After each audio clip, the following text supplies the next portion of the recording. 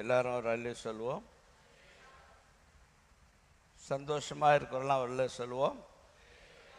நீங்கள் வச்சா mic work ஆகுதெல்லாம் 3 mic இது இப்போ.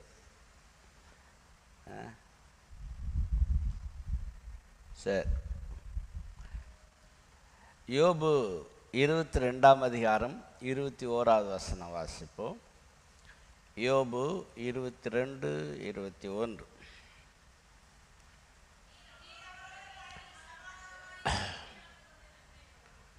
அது ஆன்லைனில் போகுது, யூடியூப்பில் போகிறதுனால வாசிக்கிறவங்க மைக்கில் வாசித்தா அது போகும், இல்லைன்னா டெட்டாக இருக்கும். சரி, எல்லாம் எடுத்துட்டிங்களா? யோபு புஸ்தகம்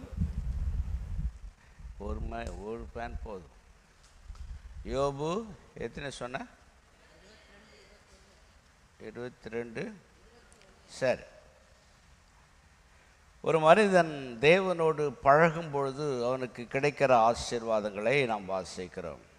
அப்பொழுது தேமானாகிய எலிப்பாசு பிரதியுத்தரமாக அவன் யோபுக்கு பார்த்து சொல்கிறான். யோபு சொன்ன வார்த்தைகள் எல்லாம் அவனை கேட்டுட்டு அவன் சொல்லுகிறான், கர்த்தருடைய நாமத்துக்கு மீண்டாட்டும், நீ அவரோடு பழகி சமாதானமாயிரும், அதனால் உனக்கு நன்மை வரும்.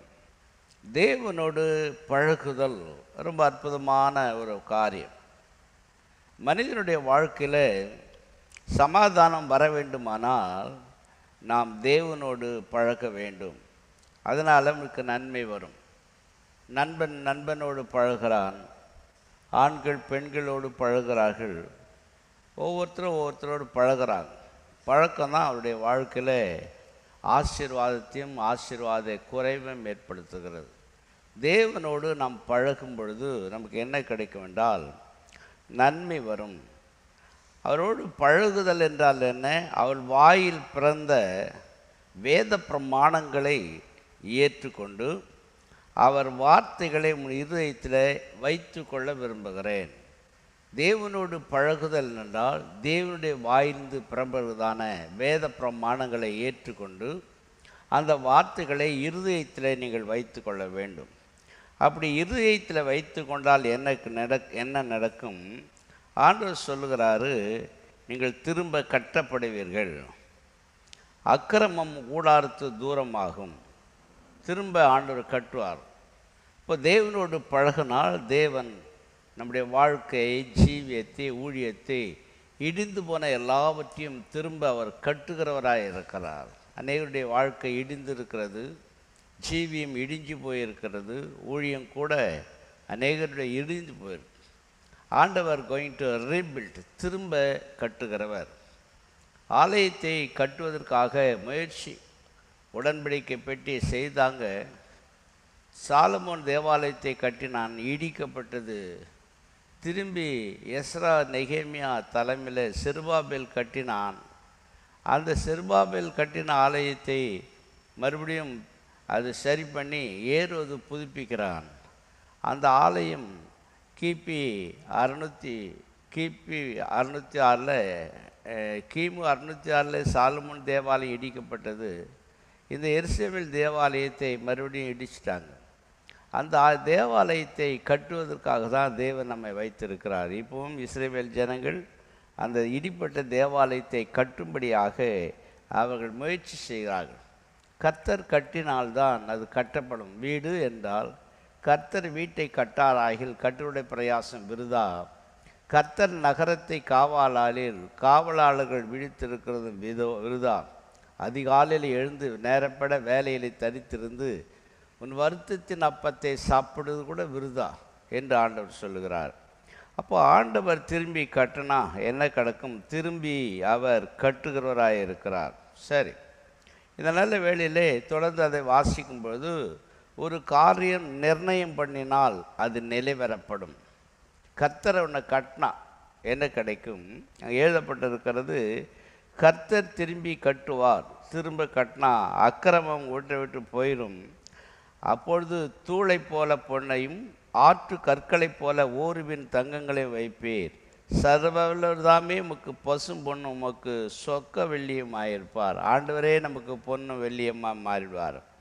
அப்போ என்ன கிடைக்கும்? அவர் மேல் மகிழ்ச்சியாக இருந்து தேவனுக்கு நேராக உமது முகத்தை ஏறெடுப்பீர்.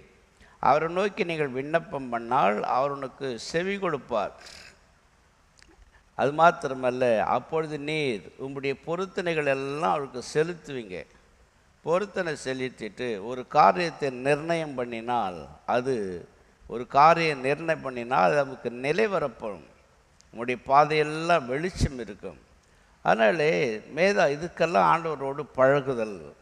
அப்படியானால் நாம் தேவனோடு பழக வேண்டும்.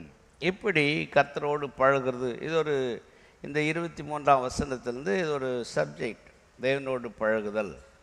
அப்படி நான் ஒரு ஆள் பழகணும்னா அவர் கூட நேரத்தை செலவு பண்ணணும், அவரோடு பேசணும், அவரோட உட்காரணும். அப்போ தான் ஆண்டவரோடு கூட நாம் பழக வேண்டியது அவசியமாக இருக்கிறது. எல்லாம் ஒரு ரெண்டு சொல்லுங்கள். சரி, அப்போது எவைகளெல்லாம் நமக்கு பழக்கம் தேவையாக இருக்கிறது? நாம் தேவனோடு பழக வேண்டுமானால் எவைகளெல்லாம் நமக்கு பழக்கம் தேவையாக? முதலாவதாக எபிரேயருக்கு நிருபம் 5ஆம் அதிகாரம் 13ஆம் வசனத்தை நாம் வாசிக்கும்போது, எபிரேயர் 5ஆம் அதிகாரம் 13ஆம் வசனத்தை வாசிக்கும்பொழுது, பால்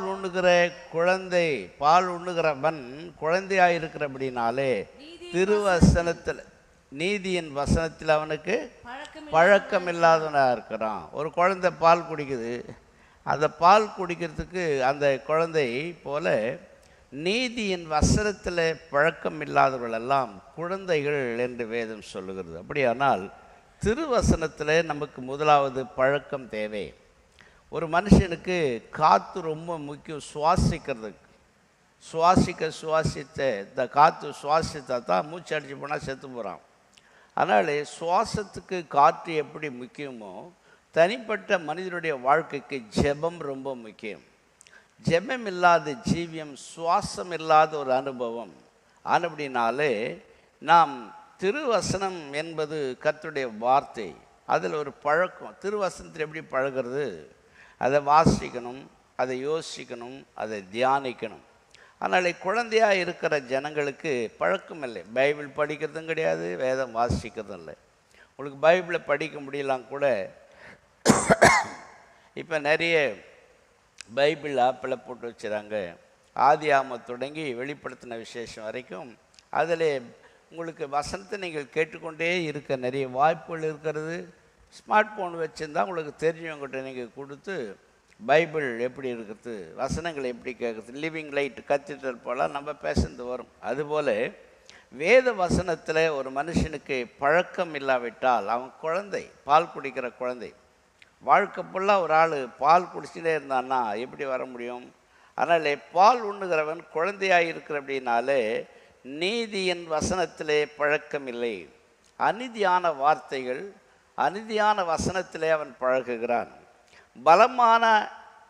பலமான ஆகாரமானது நன்மை தீமை என்ன என்று பயிற்சினால் பகுத்தறியத்தக்கதாக முயற்சி செய்யும் ஞானோந்திரியங்களை உடையவனாக பூரண வயது உள்ளவர்களுக்கு தகும். அப்படியானால் வேதத்தை வாசிக்கும் பொழுதுதான், அதை தியானிக்கும் பொழுதுதான் ஒரு பூரண வயது அவனுக்கு உண்டாயிடுச்சு. மனுஷன் அர்த்தம், சரிங்களா?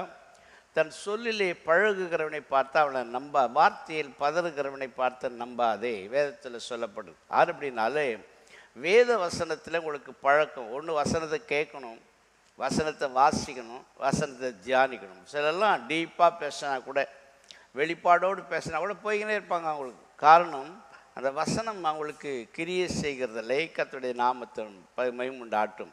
அநேக நேரங்களில் நாம் வசனத்தில் பழக்கம் இல்லை. வாசிக்கணும், யோசிக்கணும், தியானிக்கணும்.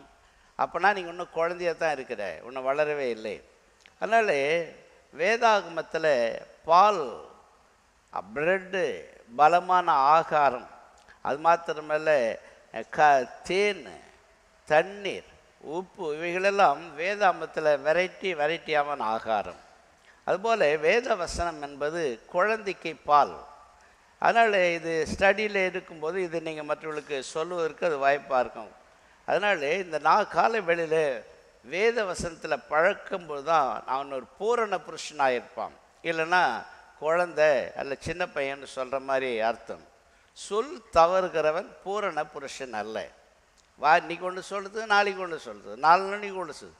வார்த்தையில் பதறுகிறது, சொல் தவறு. பூரண புருஷன் எல்லாம் புருஷனே கிடையாது, குழந்தை, சின்ன பையன் அர்த்தம், மொட்டை பையன் சொல்கிற மாதிரி. அதனால சொல் தவறக்கூடாது.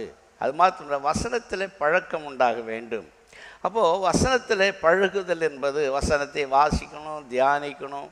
ஒரு நாளைக்கு ஒரு வசனமாயிச்சும் வாசிக்கலைன்னா நீ வாழ்க்கையில் இயேசுவை ஏற்றுக்கொண்டதே வேஸ்ட்டு. ஒரு புருஷன் ஒரு மனைவி 2 பேரும் வாழுறாங்க, சோறு சமைச்சு போடுறாங்க, சாப்பிட்றாங்க, 2 பேரும் பேசுகிறதே இல்லை என்று சொன்னால் அது என்ன வாழ்க்கை, என்ன வாழ்க்கையாக இருக்க முடியும்? அதனால் மிருகங்கள் இப்படி ஒன்றுக்கொண்டு பேசி அன்பு கூறுகிறது கிடையாது. அதனால் இந்த நல்ல வேளையில் வேத வசனத்தில் உங்களுக்கு பழக்கம் வேண்டும்.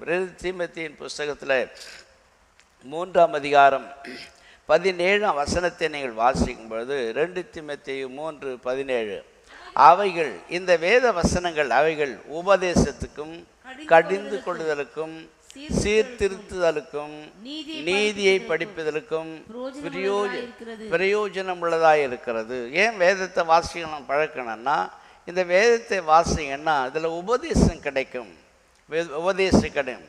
உபதேசம் ரட்சிப்பு என்பது உபதேசம், ஞானஸ்தானம் ஒரு உபதேசம், பரிசுத்த ஆவியை பெற்றுக்கொள்ளுதல் உபதேசம், மாறுபாடான சந்ததியை விலகி உங்களை காத்து கொள்வது உபதேசம். அப்போஸ்தலருடைய உபதேசத்தில் நாம் நிலைத்திருக்க வேண்டும். விசுவாசம் உள்ள ஜெபம் பிணியாளி ரட்சிக்கும், அது ஒரு உபதேசம். அதுபடினாலே வேத வசனத்தை நீங்கள் வாசித்தா தான் அது உபதேசத்துக்கும், 2வது கடிந்து கொள்ளுதலுக்கும். ஒரு தப்பு பண்ணால் கடிஞ்சிக்கிறோம், அதுபோல் இந்த வேத வசனமே நம்மை கடிந்து கொள்ளுது. செய்யாதே வழிகளே, இது வழி, இப்படியே போ என்று வேதம் நமக்கு போதிக்கும். பிரயோஜனமாக போதித்து நீ நடக்க வேண்டிய வழியில் நடத்துகிற தேவன் அவர்தான், அவர் கடிந்து கொள்வார். அது மாத்திரம் சீர்திருத்துதல் அநேக நேரங்களிலே எல்லா மனிதன் தவறக்கூடியவன் தான். அதனால் எல்லாம் பூரணமான பரிசுத்தனை எவனும் கிடையாது. பூரணமான கர்த்தருடனே எடுத்துக்குவார். நம்ம எல்லாரும் பூரணத்தை நோக்கி தான் போய் கொண்டிருக்கிறோம். அதனால் இப்பொழுது இப்படி இருக்கிறோம், இனி எப்படி இருப்போம் என்று வெளிப்படவில்லை. ஆனாலும் அவர் வெளிப்படும்போது அவரை போல அவருக்கு ஒப்பாய் மாறுவோம் என்று யோவான் சொல்லுகிறார். பூரணத்தை நோக்கி நாம் போய்கொண்டிருக்கிறோம். கடிந்து கொள்ளுதலுக்கும் சீர்திருத்தலுக்கும் நீதியை படிப்பதற்கும் பிரயோஜனம். அப்படினாலே இந்த வேதத்தில் முதல்ல பழகுங்க. ஒரு காலண்டர் போட்டு கொடுக்குறோம். இந்த கேலண்டர், வசன கேலண்டரை சுருட்டி குப்பியில் போட்டால் கூட எனக்கு மனம் பதட்டமாக இருக்குது. அவைகள்லாம் வசன காலண்டரில் கட் பண்ணி யாருக்குன்னா கொடுக்கணும். எவனா போய் வேலை செஞ்சால் அது பிரயோஜனமாக இருக்கும். அதனால வேத வசனங்களை ஆராய்ந்து பார்த்தால் உங்களுக்கு நித்திய ஜீவன் உண்டு. இந்த வேத வசனம் ஆராய்ந்து பார்கள், நித்திய ஜீவன் உண்டு. அவைகளை கடைசி நாட்களிலே உங்களை எழுப்பும். அதனால் வேத வசனத்தில் பழக்கம் இருந்தால் உங்களுக்கு நித்திய ஜீவன் உண்டாக இருக்கும். அதுபடினாலே இப்போ வேத வசனத்தை ஆராய்ங்க. பைபிள் ஸ்டடிக்கு இப்போல்லாம் யாருன்னா வர்றதில்லை நிறைய பேர். அதனால் பைபிள் ஸ்டடின்னு வச்சு புதகம் வச்சுருக்கோம், தொடர்ந்து வாசிக்கணும். அப்படி பைபிள் ஸ்டடி வச்சாலும் ஆன்லைன் போகிறதுக்கு ஆள் வர மாட்டாங்க. காலையில் 5 மணி ஜெபத்துக்கே வந்துடுறாங்க. அப்படினாலே ஒவ்வொரு நாள் காலையிலும் 5 மணிக்கு ஆன்லைனில் செய்தி ஒரு 10 நிமிஷம் பேசியிருக்கிறோம். கேட்குறதுக்கு பிரயாசப்படுங்க. வேத வசனத்தில் பழக வேண்டும், வேத வசனத்தை வாசிக்க வேண்டும், அதில் மனனம் பண்ண வேண்டும். பரிசுத்த ஆவியாருக்கு என்ன வேலை? அவர் நான் சொன்ன வசனங்களை நினைப்பூட்டுவார். அப்போ பரிசுத்த ஆவியாருக்கு நீ வசனமே தெரியாது. நினைப்பூட்டுதல் என்றால் என்ன? மறந்து போனதை நினைப்பூட்டுதல். மறக்கிறதுனா என்ன? ஒரு படித்ததை கேட்டதை மறந்துடும். அதுபோல் வேத வசனத்தை நீங்கள் வாசித்து மனனம் செய்தால் நீங்கள் மறந்து போனாலும் கூட பரிசுத்த ஆவியார் நினைப்பூட்டுகிறவராக இருக்கிறார். அதனால் முதலாவது வேத வசனத்தில் உங்களுக்கு பழக்கம் தேவையாக இருக்கிறது. 2வது 1 சாமுவேல் புஸ்தகம் 17ஆம் அதிகாரம் 39-40 வசனங்களை நாம் வாசிக்கும் பொழுது அங்கே கோலியாத்து நின்று கொண்டிருக்கிறான். இப்பொழுது தாவீது அவனோடு சண்டை போடுவதற்காக போகிறான். தாவீது போகிறான், கோலியாத்து நின்றுக்கிறான். தாவீது அவரிடத்துல சண்டை போடுறதுக்காக கொண்டு சவுல்கிட்ட விடுறாங்க. இப்போ சவுல், நீ யுத்தத்துக்கு போகிற, அதனால இந்த நான் போட்டுக்கிற வஸ்திரத்தெல்லாம் நீ போட்டுக்க என்று சொல்லி அவர் சொல்கிறார். அவனுடைய பட்டயத்தை தாவீது தன் வஸ்திரத்தின் மேல் கட்டி கொண்டு அதன் மேல் அவனுக்கு பழக்கம் இல்லாதபடினாலே நடந்து நடந்து பார்த்தான். அப்பொழுது தாவீது சவுலை நோக்கி, நான் இவைகளை போட்டுக்கொண்டு போகக்கூடாது, இந்த அப்பியாசம் எனக்கு இல்லை என்று சொல்லி அவைகளை களைத்து போட்டு. இப்போ தாவீதுக்கு சவுலுடைய வஸ்திரங்களை போட்டுக்கொண்டு யுத்தத்துக்கு போகிறது பழக்கம் இல்லை. அப்போ தாவீதுடைய பழக்கம் என்ன? அது கோலியாத்தா இருந்தாலும் சரி, சிங்கமானாலும் சரி, கரடி ஆனாலும் சரி, எதுவானாலும் சரி, ஆட்டை கெடுக்கிற எதுவானாலும் சரி, அவன் கையிலே கவன் கல் வைத்திருக்கிறான். இரண்டாவது ஒரு தடி வச்சிருப்பான். கல்லுக்கு போகிறதுக்கு ஒரு பை ஒன்று இருக்கும். அதை தானே அவன் தான் சண்டை போட்டு பழக்கம். சிங்கத்தை அடிக்கும் பொழுது இந்த கவன் கல்லை தான் அவர் யூஸ் பண்ணுறார். சிங்கத்தை எப்படா கிழிச்சான், அவன் குறி பார்த்து அடிக்கிறதுல வல்லவனார். சிங்கம் கெர்ச்சித்து ஓடி வரும்போது தவன் கவன் கல்களினாலே முதலாவது கண்களின் மேல் அடித்து கண்ணை குருளாக்கிறான். கரடியும் அப்படித்தான். பின்பு கிட்ட போய் அது வாயை கிழிச்சு போடுறான். அப்போ அவனுடைய பழக்கம் என்ன? அவன் கையிலே கவன், அவன் கோலு தடியது. இதனுடைய தாற்பயம் என்ன என்றால், தாவீதுக்கு என்ன பழக்கம்? சவுல் ட்ரெஸ்ஸுகளை போட்டு அவனுக்கு பழக்கம் கிடையாது. ஆனப்படினாலே மற்றவனுடைய காரியங்களில், மற்றவனுடைய ஆதாரத்தின் மேலே, மற்றவன் கையாடும் முறைகளிலே நாம் பழகி விடாதபடி நமக்கு கர்த்தர் கொடுத்த ஆவிக்குரிய காரியங்களிலே நம் பழக்கம் உள்ளவர்களாய் காணப்பட வேண்டியது அவசியமாகும். அந்த சவுல் அந்த போட்டு நடந்து பார்க்குறான். சவுலுடைய அந்த சவுல் இஸ்ரவேல் தேசத்திலே ரொம்ப உயரமான ஆள் சவுல். அவன் பெஞ்சமின் கோத்திரத்தான், ரொம்ப உயரமானவன். அதனால் 12 கோத்திரத்தில் இவன் தான் ரொம்ப உயரமானவன். இவனுக்கு எவ்வளோ பெரிய ட்ரெஸ் இருக்கும் பாருங்கள். அந்த ட்ரெஸ் எல்லாம், அதாவது இப்போல்லாம் புல்லட் ப்ரூஃப் போட்டுக்கிறாங்க. நம்ம பிஎம் கூட புல்லட் ப்ரூஃப் கார் வாங்கியிருக்கிறார். அதை சுட்டா கூட உள்ளே போகாது, அது மாதிரி. சரிங்களா? இந்திரா காந்தி அம்மையார் கூட அது மாதிரி புல்லட் ப்ரூஃப் தான் போட்டிருப்பாங்க. அவங்க கார்டனில் புல்லட் ப்ரூஃப் இல்லாதபடி வீட்டில் நடக்கும்போது தான் சுட்டு போட்டாங்க. அதே போல் இந்த கவசம் என்பது எதிரிகளால் வருகிறதான அந்த ஆயுதங்கள் இருந்து தப்பித்து உயிரை காப்பாற்றுவதற்காக தான் அந்த கவசம் போகிறது. இவன் சண்டைக்கு போகிறான். அந்த கோலியாத்துக்கிட்ட அவன் சண்டைக்கு போகிறான். இப்போ வேதம் என்ன சொல்லுது? இதை போடுறா, அப்போ தான் நீ போக முடியும். அப்போ அவனா ராஜா ராஜா பேச்சு கேட்டு அந்த கவசத்தை போடுறான். அந்த 39-40 வசனங்களை வாசிக்கும் பொழுது அதை போட்டுக்கின்னு நடந்து பார்க்குறான். அவனுக்கு நடக்க முடியவில்லை. அவனால் நடந்து போகவில்லை. பட்டயத்தை தாவீது தன் வஸ்திரத்து மேல் கட்டி கொண்டு அதில் அவனுக்கு பழக்கம் இல்லாததினாலே நடந்து பார்த்தான். அப்பொழுது சவுலை நோக்கி, நான் இவைகளை போட்டு கொண்டு போகக்கூடாது, இந்த அப்பியாசம் எனக்கு இல்லை என்று சொல்லி அவளை களைந்து விட்டான். அதனால் நீங்கள் வேத வசனத்தில் அப்பியாசப்படுத்த வேண்டும். அது மாத்திரம் நல்ல கையில் என்ன எடுத்துக்கிறான்? 40ஆம் வசனத்தில் தன் தடியை தன் கையிலே பிடித்து கொண்டு ஆற்றிலிருந்து 5 குழாங்களை தெரிந்து கொண்டு மெய்ப்பனுக்குரிய தன்னுடைய அடைப்பையிலே போட்டுக்கொண்டு தன் கவனையும் தன் கையிலே பிடித்து கொண்டு அந்த பெலிஸ்தனோடு கூட அவன் போனான். இவன் யார், எப்படிப்பட்ட ஆள் என்று சொன்னால் 17ஆம் அதிகாரம் 5ஆம் வசனத்தில் வாசிக்கும் பொழுது, அவன் கால்கள் வெண்கல கவசத்தையும் அவன் தோள்களின் மேல் வெண்கல கேடகத்தையும் அவன் தரித்து கொண்டிருக்கிறான். அது மாத்திரமல்ல, அந்த கோலியாத்து வேற எப்படி இருக்கிறான் என்று சொன்னால், அந்த 1 சாமுவேல் 17ஆம் அதிகாரத்தில் 6ஆம் வசனத்தில் எழுதப்பட்டிருக்குது. அவருடைய ஈட்டி இருக்குதே, நெசவுக்காரின் படைமரத்தின் கணத்தையும். நெசவுக்காரர்னா துணி நெய்வாங்க. நீங்கள் உங்கள் ஊரில் பார்த்தீங்கன்னா, எங்கள் ஊரில் இருக்குது, இந்த லுங்கி சட்டெல்லாம் நெய்யும்போது ஒரு படைமரம் பெருசாக இருக்கும், அதில் ஹோல்ஸ் இருக்கும். இந்த பக்கம் ஒரு நூல் டக்குன்னு ஒரு நூல் ஓடன உடனே அந்த படைமரம் வந்து அப்படியே அடிக்கும். மறுபடியும் அது அதிலும் போனால் அப்படித்தான் அந்த படைமரம் அவ்வளோ பெருசாக இருக்கும். அப்போ இந்த தாவீது இந்த கோலியாத்து வச்சுங்கிறது எப்படி? நெசவுக்காரர் நெய்கிற படைமரம் போல். ஒரு லுங்கி இருக்குல்ல, லுங்கி இவ்வளோ அகலம், 4 அடி அகலம் லுங்கி இருக்குன்னா அந்த படைமரம் அவ்வளோ பெருசாக இருக்கும். அது அப்படியே இருக்கும், நுல்ல இழைகள் போய்கொண்டே இருக்கும். அப்போது ஒரு இழை இப்படி குறுக்க போவோம், அந்த படைமரம் இப்படி வரும். அதுக்கப்புறம் அது தூரம் போயிடும். அடுத்து இப்படி தான் அந்த படைமரம் அவ்வளோ பெருசு கையில் வச்சுருக்கதானே. அந்த படைமரத்தின் கனத்தில் அவனுக்கு 600 சேக்கல் இரும்புக்கும் பரிசை கட்டுகளுக்கு முன்பாக நடந்து போவார்கள். அப்படியானால் இவன் இப்படிப்பட்ட ஆள். அவங்ககிட்ட யுத்தத்துக்கு போகிறான். எதிரி எப்படிப்பட்டவனாக இருந்தாலும் கூட தேவ ஜனங்களாக இருக்கிறவர்களை வேதம் சொல்லுகிறது, யுத்தத்திற்கு தகுதியான வஸ்திரத்தை நாம் போட்டுக்கொண்டிருக்க வேண்டும். நமக்கு வேதத்தில் நிறைய வஸ்திரம் கொடுத்துறாங்க.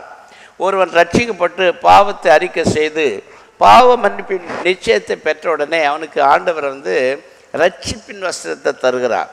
ரெண்டாவது, ஞானஸ்தானம் எடுத்த உடனே நீதியினுடைய தருகிறார்.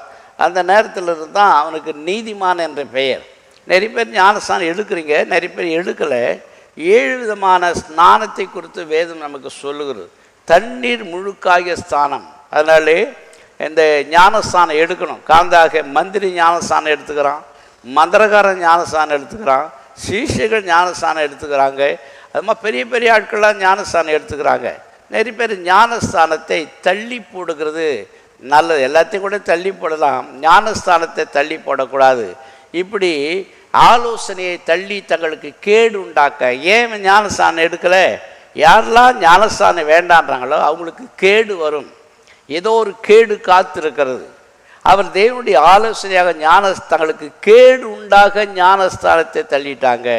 அப்போ ஞானஸ்தானத்தை தள்ளிட்டுனா கேடு வந்துடும். 70 ஒரு +1க்கு நீங்கள் வந்துட்டீங்கனால ஞானஸ்தானம் எடுத்துடணும். இல்லை அப்புறம் எடுத்துக்கிறோம், இதுக்குள்ளே இயேசு வந்துட்டா நீ நரகத்துக்கு போயிடுவேன். ஞானஸ்தானம் எடுக்காத யார் பரலோக ராஜ்யம் போக முடியும்? ஞானஸ்தானம் எடுக்குமே பரலோக ராஜ்யத்துக்கு தகுதிப்படுத்துறது தான், அவ்வளோதான். அதுக்கப்புறம் நிறைய ஃபார்மாலிட்டி இருக்காது. ஆனபடினாலே ஸ்நானம் என்பது இயேசுவே எடுத்தார். இப்படி எல்லா நீதியும் நிறைவேற்று நமக்கு ஏற்ற ஞானஸ்தானம் என்பது ஒரு நீதி. அன்னிலிருந்தான் அவனுக்கு நீதிமான் என்றே பெயர். ஆனபடினாலே அந்த ஞானஸ்தானம் எடுத்தும் பொழுது நீங்கள் அறியாத ஒரு நீதியின் வஸ்திரத்தை ஆண்டவர் கொடுக்கிறார். நீதியின் வஸ்திரம். பரிசுத்தாவை பெற்றுக்கொள்ளும்போது துதியின் உடை. பரிசுத்தாவை பெற்றவங்க இப்போ தேவனை துதித்து கொண்டே இருப்பார்கள். அதில் தேவனை துதிக்கிறோம். தேவனை துதிக்கிறது எதிரிகிட்ட குண்டு போடுற மாதிரி. அல்லேலுயா என்பது ஏவுகணை விடுற மாதிரி, கண்டவிட்டு கண்டம் பாயிற மாதிரி. அதில் துதித்தல் இன்பமும் ஏற்றதுமாய் இருக்கிறது. இந்த துதிகளின் மத்தியிலே இயேசு வாசம் பண்ணுகிறார். மரித்தவர்களும் மௌனத்தில் இருக்கிறவர்களும் கர்த்தரை துதிக்க மாட்டாங்க.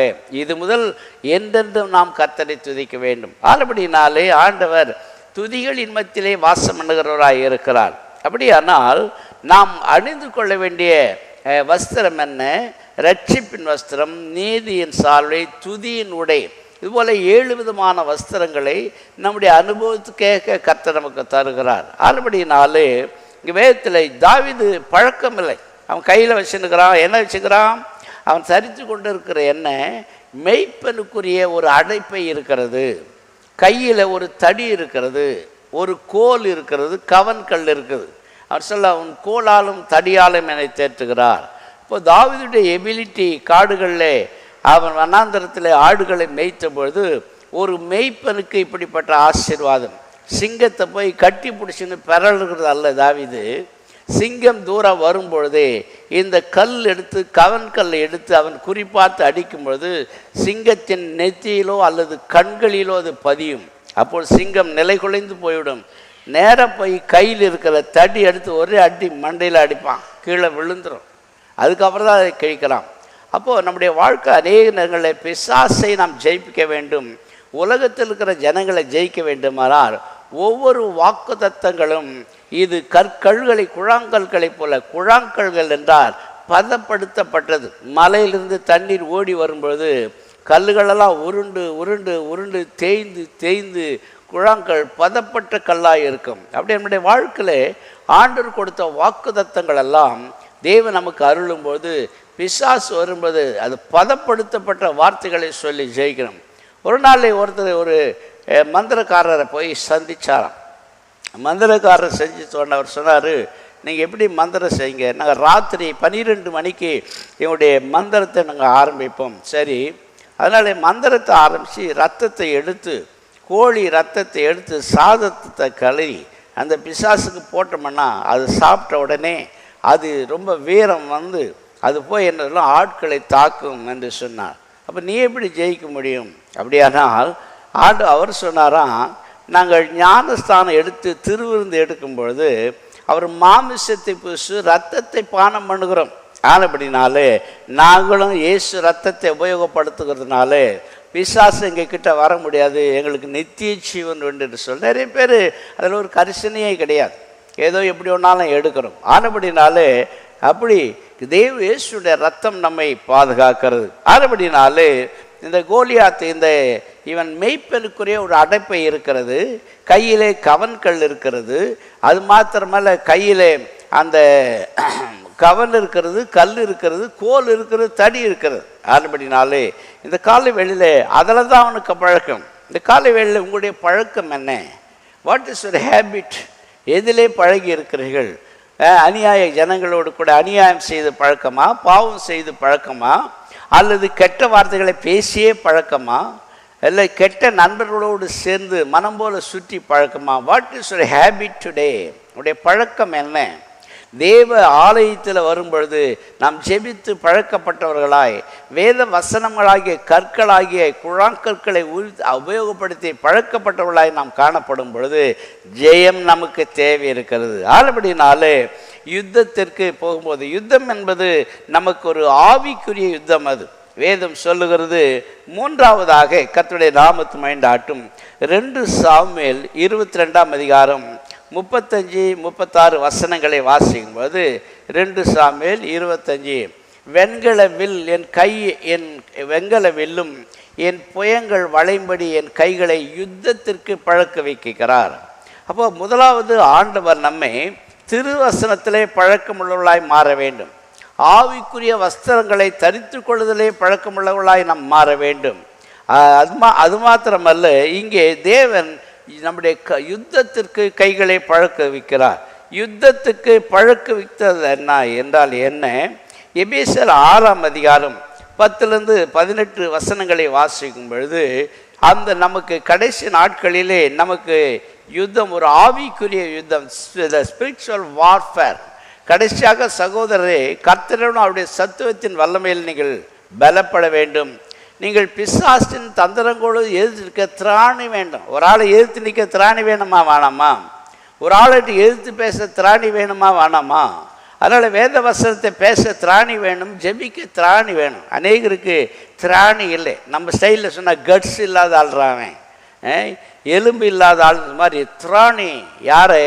பிசாசின் தந்திரங்களை. இன்றைக்கி நிறைய இடத்துல பேய், நாங்கள் கூட ஆரம்பத்தில் அப்படி தான் ஓட்டி கிடப்போம். பேய்கிட்ட போய் பேசணும், என்ன வேணும், அது வேணும். பிசாசு தலையை சிலுவையில் ஆண்டவர் நசுக்கிட்டார். பிசாசுக்கு நம்ம பயப்பட வேண்டிய அவசியம் இல்லை. ஏசு நாத்தில் போ, அதனால் போயிடும், அவ்வளோதான். நாம் we are use the name of Jesus. அதனால் விசுவாசிகள் எல்லாருமே பிசாசை எதிர்க்க நமக்கு திராணி வேண்டும், பயப்படக்கூடாது. அது பல்ல கடிச்சா நமக்கு என்ன, எதை கடிச்சான்னா நம்முடைய தெய்வம் அவருடைய தலையை தலை நசுக்கப்பட்ட ஒரு பாம்பு படம் எடுக்கக்கூட முடியாது, அது கடிக்க வருகிறது போல. அது ஆனபடினாலே பிசாசின் தந்திரங்கள் எதிர்க்க உங்களுக்கு திராணி இருக்கா? அதுக்கு தானே வேத வசனத்தை போதிக்கிறோம். பிசாசின் தந்திரங்கள் எதிர்க்க திராணி இருக்கா? அதுக்கு தானே காலை ஜெபத்தில் ஜெபம் செய்து கொண்டு இருக்கிறோம். பிசாசின் தந்திரங்களை எதிர்க்க நமக்கு திராணி வேண்டும்.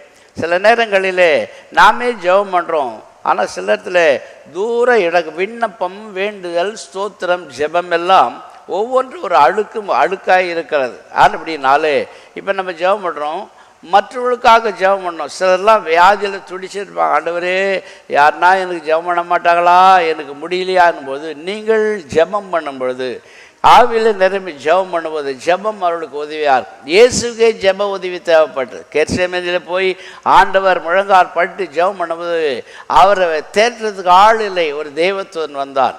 அப்படியானால் உங்களுக்கு உதவி செய்யும்படியாக கர்த்தருடைய நாமத்துக்கு வேண்டாரும் ஆண்டவர் உடைய ஜெபத்தினாலே உதவி செய்கிறவராக இருக்கிறார்.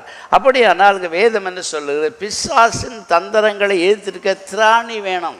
உனக்கு திராணி இல்லை, ஆலயத்துக்கு சரியாக வராத ஒரு நபர், வேத வசனத்தை வாசிக்காத ஒரு நபர், ஜெபிக்காத ஒரு நபர்லாம் திராணி இல்லாத ஆட்கள் அவர்களெல்லாம். பிசாசின் தந்திரங்களை எதிர்க்கவங்களுக்கு திராணி வேண்டும். அதுக்கு என்ன செய்ய வேண்டும் என்று சொன்னால், தேவனுடைய சர்வாயுத வர்க்கங்களை தரித்து கொள்ள. ஒரு சோல்ஜர் போகிறார், சோல்ஜர் போனால் தலையில் கவசம் போட்டுக்கிறார், சரிங்களா?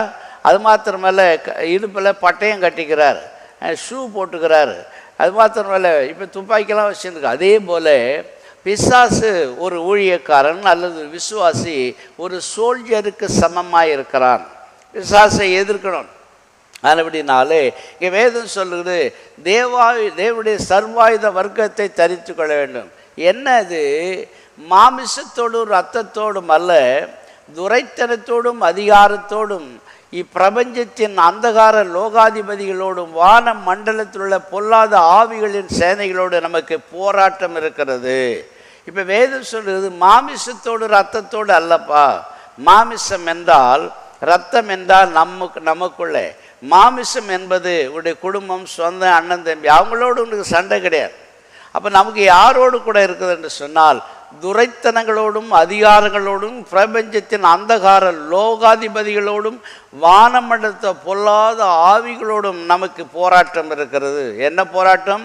துரைத்தனம், பிசாசினால் ஆளுகை செய்கிற ஜனங்கள், அதிகாரிகள் மனம் போல தங்களுடைய அதிகாரத்தை துஷ்பிரயோகம் செய்கிறதான ஜனங்கள், இவங்களோடு தான் நம்ம போராட்டம். எல்லாத்துக்கும் மேலே வான மண்டலத்தில் அந்தகார லோகாதிபதி, வானத்தில் ஒரு பெரிய பிசாசின் சேனைகள் நின்று கொண்டு இருக்கிறது. தானியேல் ஜெபத்தை 21 நாள் தடை செய்தது. இப்போ நான் பார்க்கிறதான இந்த வானம் மேலே நட்சத்திர மண்டங்கள் இருக்கிறது.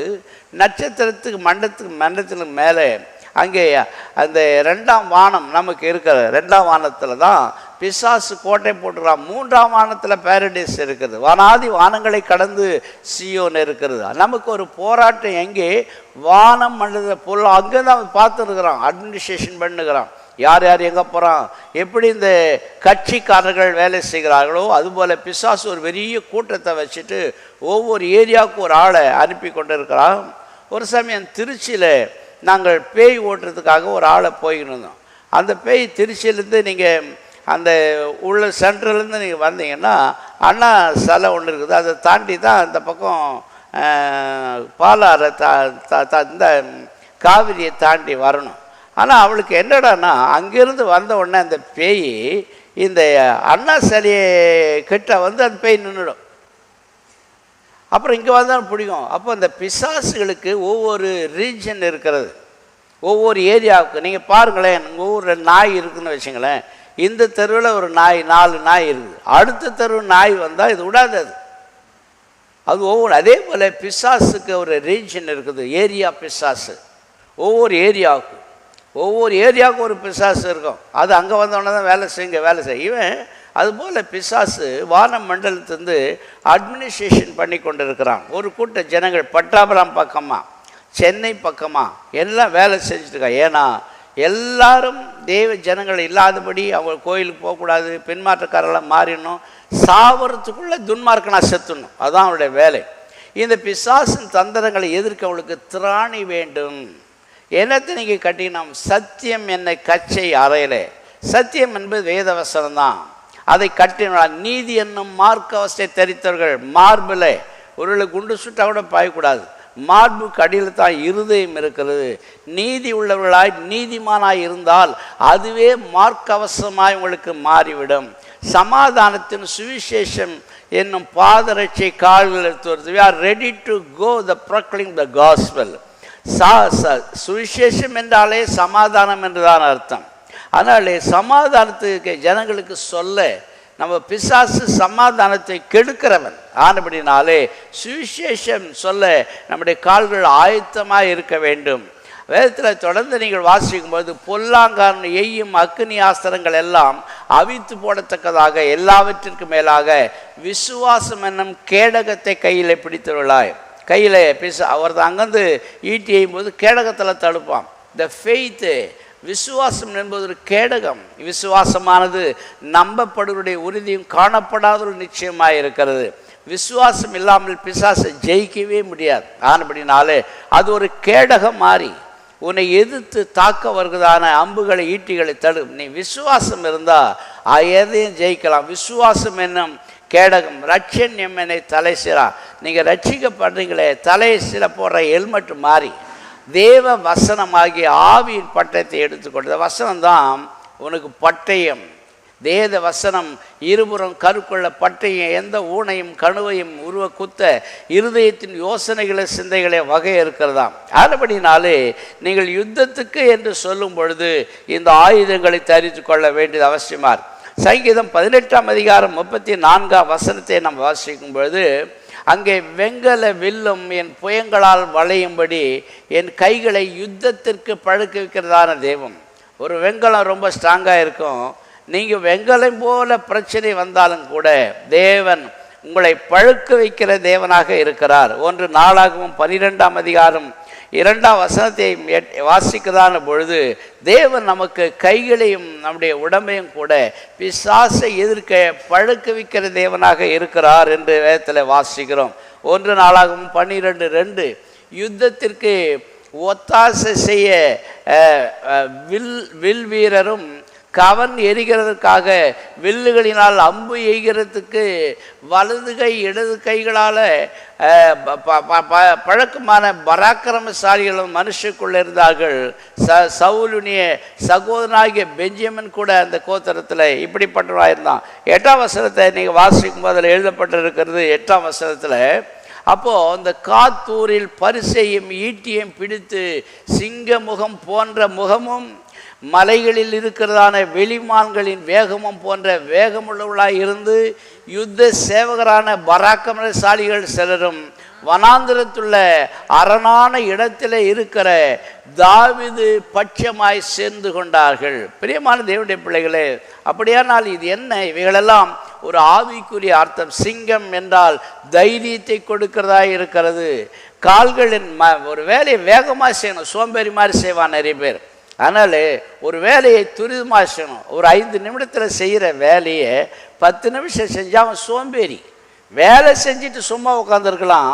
5 நிமிடம் வேலையை 10 நிமிஷம் செய்கிறவன் சோம்பேறிய வாழ்க்கை முடி அப்படிதான் மாறிடும். அப்படியானால் இந்த ஆவிக்குரிய யுத்தத்தில் நாம் பலத்த போராட்டம் உள்ளவர்களாய் காணப்பட வேண்டும்.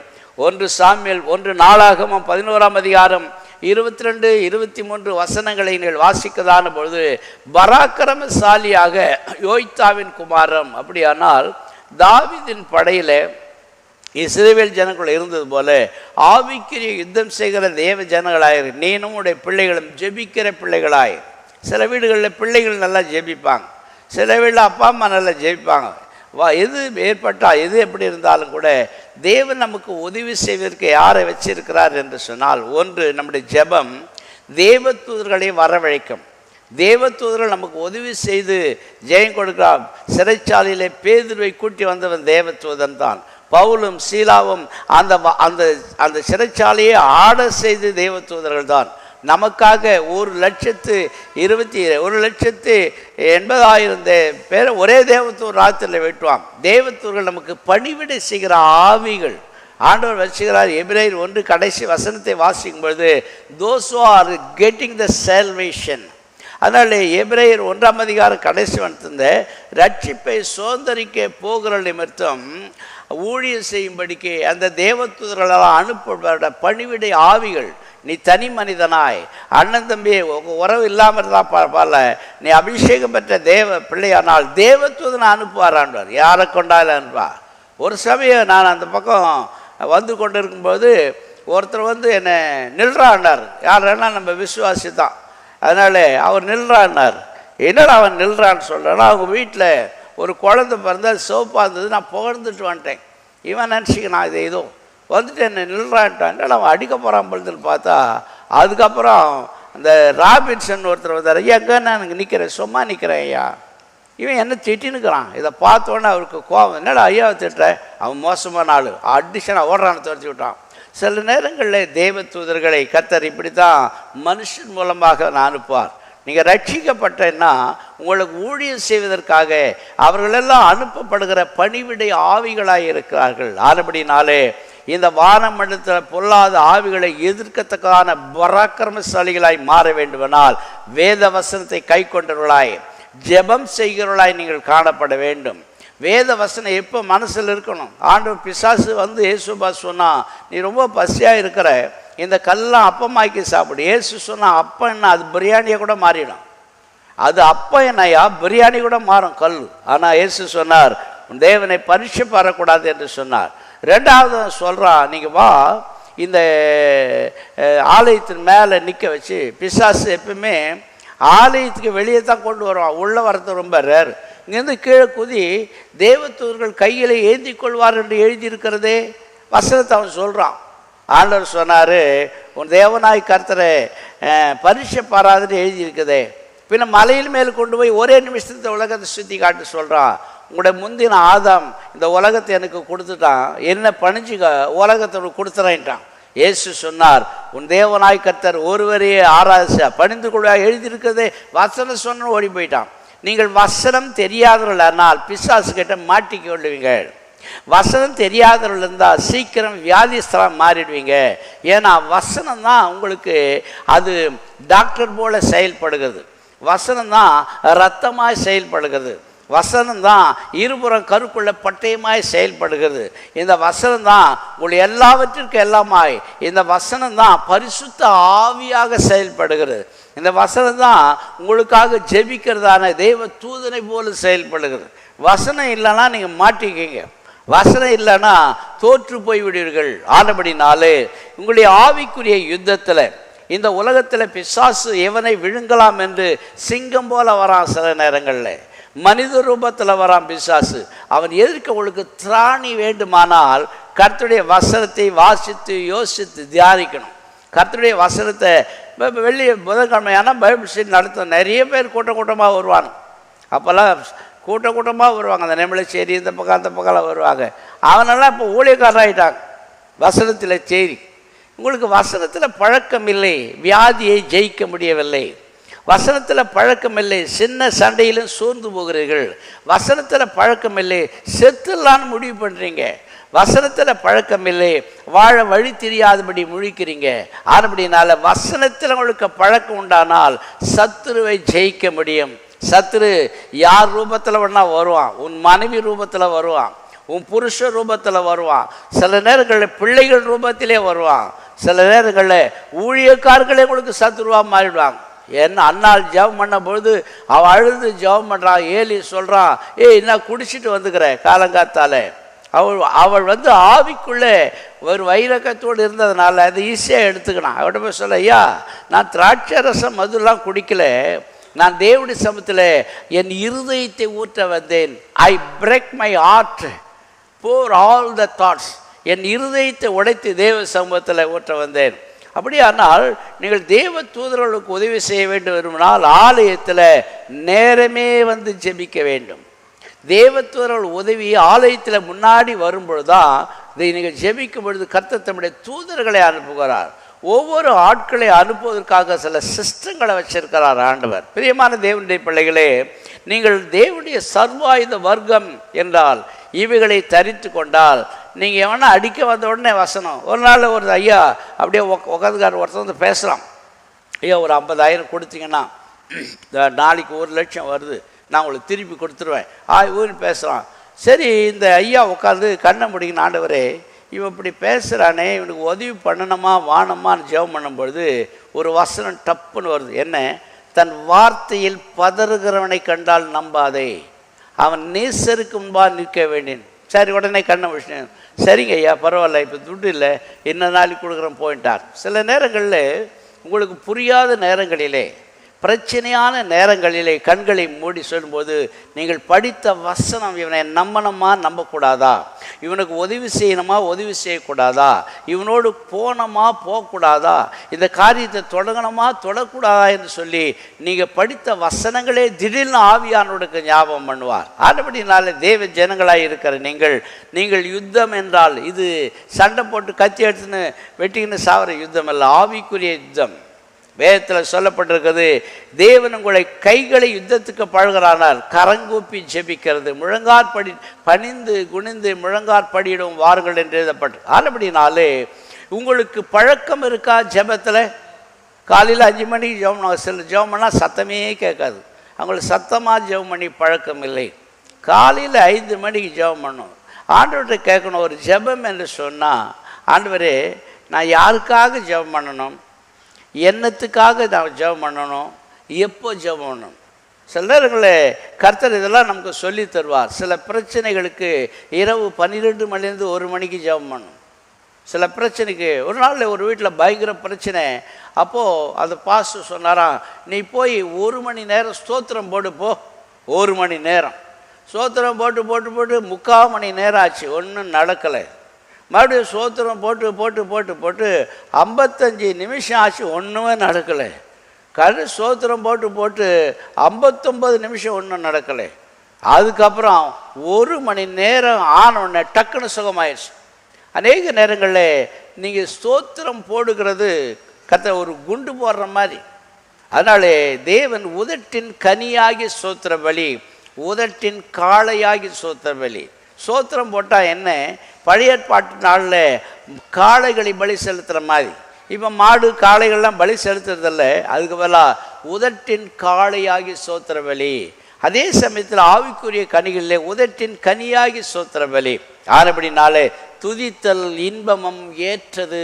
ஆலயத்தில் நேரமே கர்த்தரை துதிக்கிற துதி. அப்போ ஒன்றும் டைம்களை வச்சிருக்கிறார் ஆண்டவர். ஒவ்வொருத்தர் இவ்வளோ நேரம் ஜெபம் பண்ணணும், இந்த காரியத்துக்காக ஜெபம் பண்ணணும், அது ஆண்டவரத்தில் நம்ம கேட்கணும். பரிசுத்த ஆவியார் நமக்கு ஞாபகப்படுத்துவார். ஆனபடினாலே ஒவ்வொரு ஜெபத்துக்கு சில பிசாசு கிரியை செய்ய சில நேரங்கள் இருக்கிறது. ஆனபடினாலே ஜெபத்துக்கு நேரத்தை ஒதுக்கணும். நீங்கள் ஜெபிக்கிற நேரம் சரி, வீட்டில் தான் பிரச்சனை, ஆலயத்தில் ஜெபிக்கலாமே.